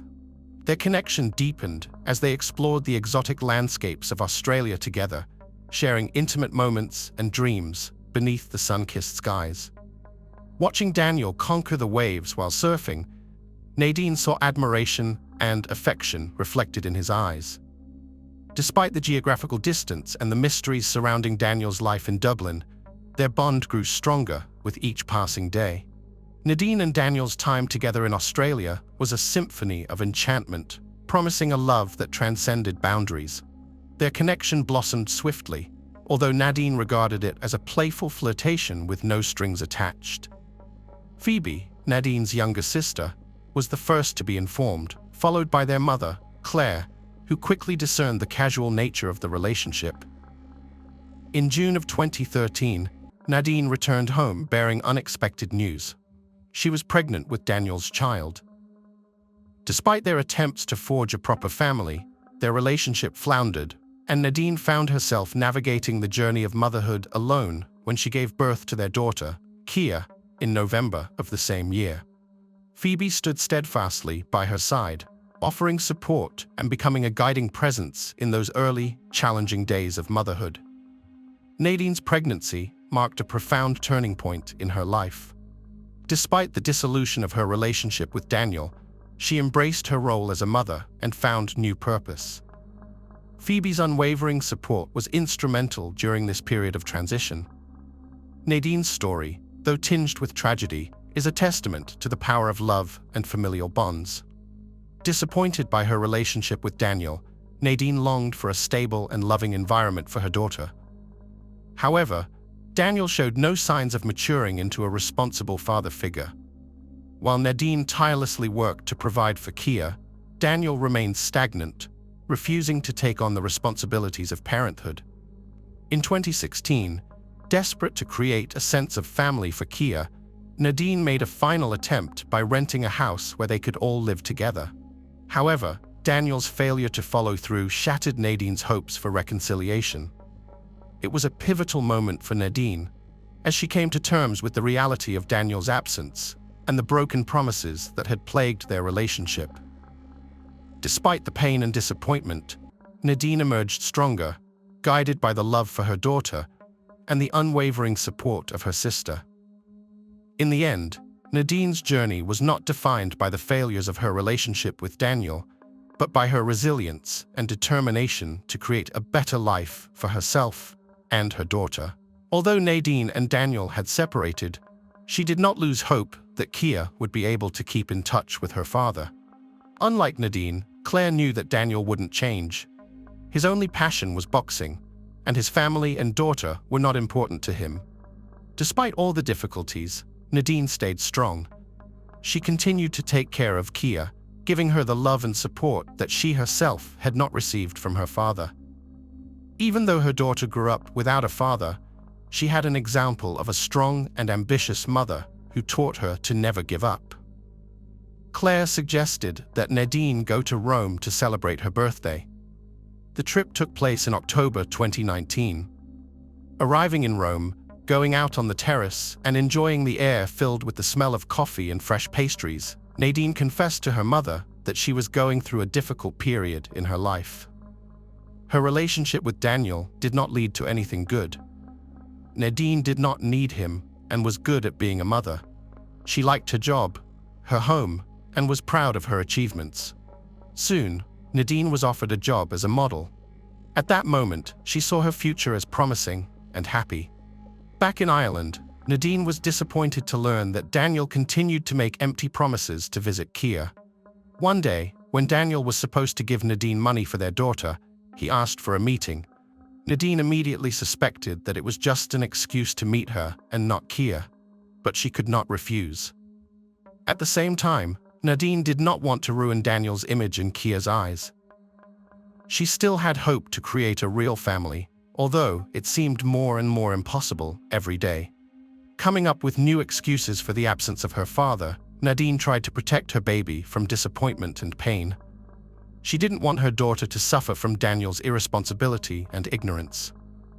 Despite this, Daniel did not want to break up with Nadine and let her go. He was afraid that she might start dating other men. Because of this, Nadine was forced to hide her personal life from him in order to avoid his constant control and threats. By the end of 2019, Nadine's life began to change. She left behind her relationship with Daniel. Despite this, Nadine looked forward to the future with hope and started dating a guy from Turkey. However, her attempts to keep this relationship a secret from Daniel were in vain. He found out about her new partner and was angry and furious. Unable to come to terms with the loss of control over Nadine, Daniel began to stalk her, turning her life into a nightmare. On December 5th, tired of the constant threats and insults, Nadine texted Daniel. She made it clear to him that their relationship was over and demanded that the harassment stop. Nadine firmly believed that this would put an end to this exhausting and tiring relationship. On December 13th, Nadine asked Daniel to babysit Kia as she was going to celebrate her aunt's birthday at a local pub.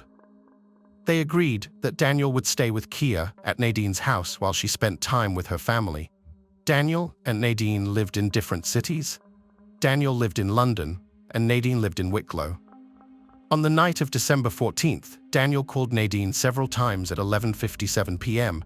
and at 1:26 a.m., but there was no answer. Eventually, he sent her a message asking her to come back. Soon after Nadine returned home, she quickly changed her clothes, but what happened next remains unclear. However, we know that Daniel attacked Nadine and scared her 6-year-old daughter, Kia. One of the neighbors, Ayla Klenovich, heard the noise and screams, went to the house, and saw the open door to Nadine's apartment with the light on. She decided to check what was going on there. At the doorstep, Camila was met with a harrowing sight. Nadine lay sprawled on the floor of the hallway, with Daniel looming over her, his face twisted in a mixture of rage and panic. Overwhelmed with horror, Camila rushed back to her apartment, her trembling hands immediately dialing Nadine's family to relay the dreadful truth. As Claire listened to the tale, her demeanor turned icy, a whirlwind of unsettling thoughts racing through her mind, a foreboding sense settling in. Meanwhile, Daniel, consumed by his fury, fled the scene in his Volvo, leaving behind a haze of dust and the lingering stench of blood. Upon bursting into Nadine's apartment, a grisly scene unfolded before Claire's eyes. The walls of the hallway splattered with blood like strokes of an artist's brush, shattered glass and mirrors reflecting the gruesome reality of what transpired. Yet, this was only the beginning.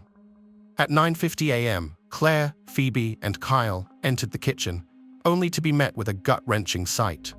Nadine's lifeless body lay before them, torn and devoid of life. Simultaneously, some 20 miles away in the town of La, Daniel's recklessness met its end as his car careened into a ditch. Emerging from the wreckage, Daniel appeared dazed, his eyes vacant, his trembling form coated in blood. Confessing to a bewildered witness, he spoke in a voice laden with despair, admitting to the heinous act, his words echoing like a plea for absolution.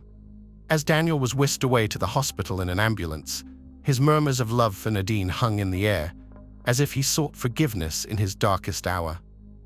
Meanwhile, chaos reigned in Nadine's apartment. Stepping through the threshold, paramedics and police officers were met with the thick scent of blood. The scene before them, a testament to the brutality that unfolded within. Among them, paramedic Ian Clark was struck by the extent of the devastation. Broken dishes, shattered glass, and bloody footprints painted a grim portrait of a violent crime. Phoebe and Kyle, filled with grief and confusion. She lay unconscious, her body unrecognizable. An ambulance rushed Nadine to St. Vincent's Hospital, where she was admitted to the intensive care unit at 10:58 a.m. Doctors noted severe injuries to Nadine's head, neck, and chest, expressing concern over her condition, especially upon discovering 64 additional injuries of unknown origin on her body. Despite multiple blood transfusions, Nadine's critical condition remained stable. Claire, refusing to lose hope, stood vigilantly by Nadine's side, holding on to the belief that her daughter would return home. She surrounded Nadine with familiar belongings, including photographs, perfumes, and toys, hoping to provide comfort and support during this ordeal. Though unsure of what lay ahead, Claire was determined to weather the storm alongside her daughter, convinced that love and care would see them through. On December 16th, as Nadine fought for her life, Daniel faced a court appearance, ultimately being remanded into custody pending further trial. Later that afternoon, Claire accompanied Nadine for a follow-up examination of her cerebral cortex, praying for her daughter's strength to persevere. Tragically, on December 17th, between 3 and 4 p.m., Nadine drew her final breath, never regaining consciousness. Her most severe injuries proved fatal. The Irish police colonel, Dean McCarthy, deemed this violent crime one of the most heinous he had encountered. Dr. Linda Mogan, the chief state pathologist, conducted Nadine's autopsy at the city funeral home on December 18th. Left alone with her thoughts, Claire grappled with unanswered questions, struggling to comprehend the reasons behind the tragedy. The following day, Daniel recounted the harrowing details of the event. In the narrative of the assault, he recounted how he struck her and utilized the charger cord to strangle her. Initially, he targeted Nadine, delivering blows to her head despite her attempts to resist. Daniel persisted, employing various violent methods, including stabbing and strangling Nadine with the cord. Throughout the ordeal, Kia, Nadine's daughter, cried out, pleading with her father to cease the violence and spare her mother's life, but her pleas went unanswered. Despite Nadine's desperate struggles, Daniel's strength prevailed, and he continued the assault until morning. A funeral service was held on December 22nd at St. Mary and Peter's Church in Arlo, Nadine's hometown. Over 1,000 mourners gathered to bid farewell to her, with the church overflowing and hundreds more watching via live broadcast. 6 individuals solemnly carried Nadine's casket, adorned with scarlet velvet roses, resembling Snow White, peacefully at rest. In the front row, Nadine's mother, Claire, struggled to contain her tears, her eyes filled with love and admiration for her daughter. Surrounding her were grieving relatives and friends, openly expressing their sorrow. David, Nadine's father, approached the altar, his voice trembling with emotion and tears streaming down his face as he placed one of Nadine's handbags beside her casket, a poignant reminder of her elegance and charm. A family friend, Kyle, held a trembling photo of Nadine and Kia, radiating happiness and affection. Meanwhile, Kia, still grappling with confusion and grief, clung to her mother's coffin, unaware of the full extent of the tragedy. Phoebe, Nadine's sister, fought back tears as she brought her pair of shoes to the altar, the same ones Nadine had planned to wear to the prom. Tanith, another close friend, approached with delicate care, placing a photo album brimming with cherished memories on the polished wooden table. Each page held snapshots, capturing the essence of Nadine's vibrant spirit and radiant smile, images destined to eternally reside within the depths of their hearts. Priest Michael Moore, a beacon of sincere empathy, took his place at the altar, his countenance a reflection of the collective sorrow filling the chapel. With gentle yet firm words, he commenced the ceremony, his voice weaving a tapestry of eternal life and hopeful promises. To the grieving assembly, his words were like a soothing melody, offering solace to wounded hearts. In a moment of profound tenderness, Priest Michael turned his attention to little Kia, a beacon of innocence amidst the sea of mourning. With a paternal warmth, he expressed gratitude for the joy she had brought Nadine and tenderly voiced hope for her future, promising an abundance of care and love.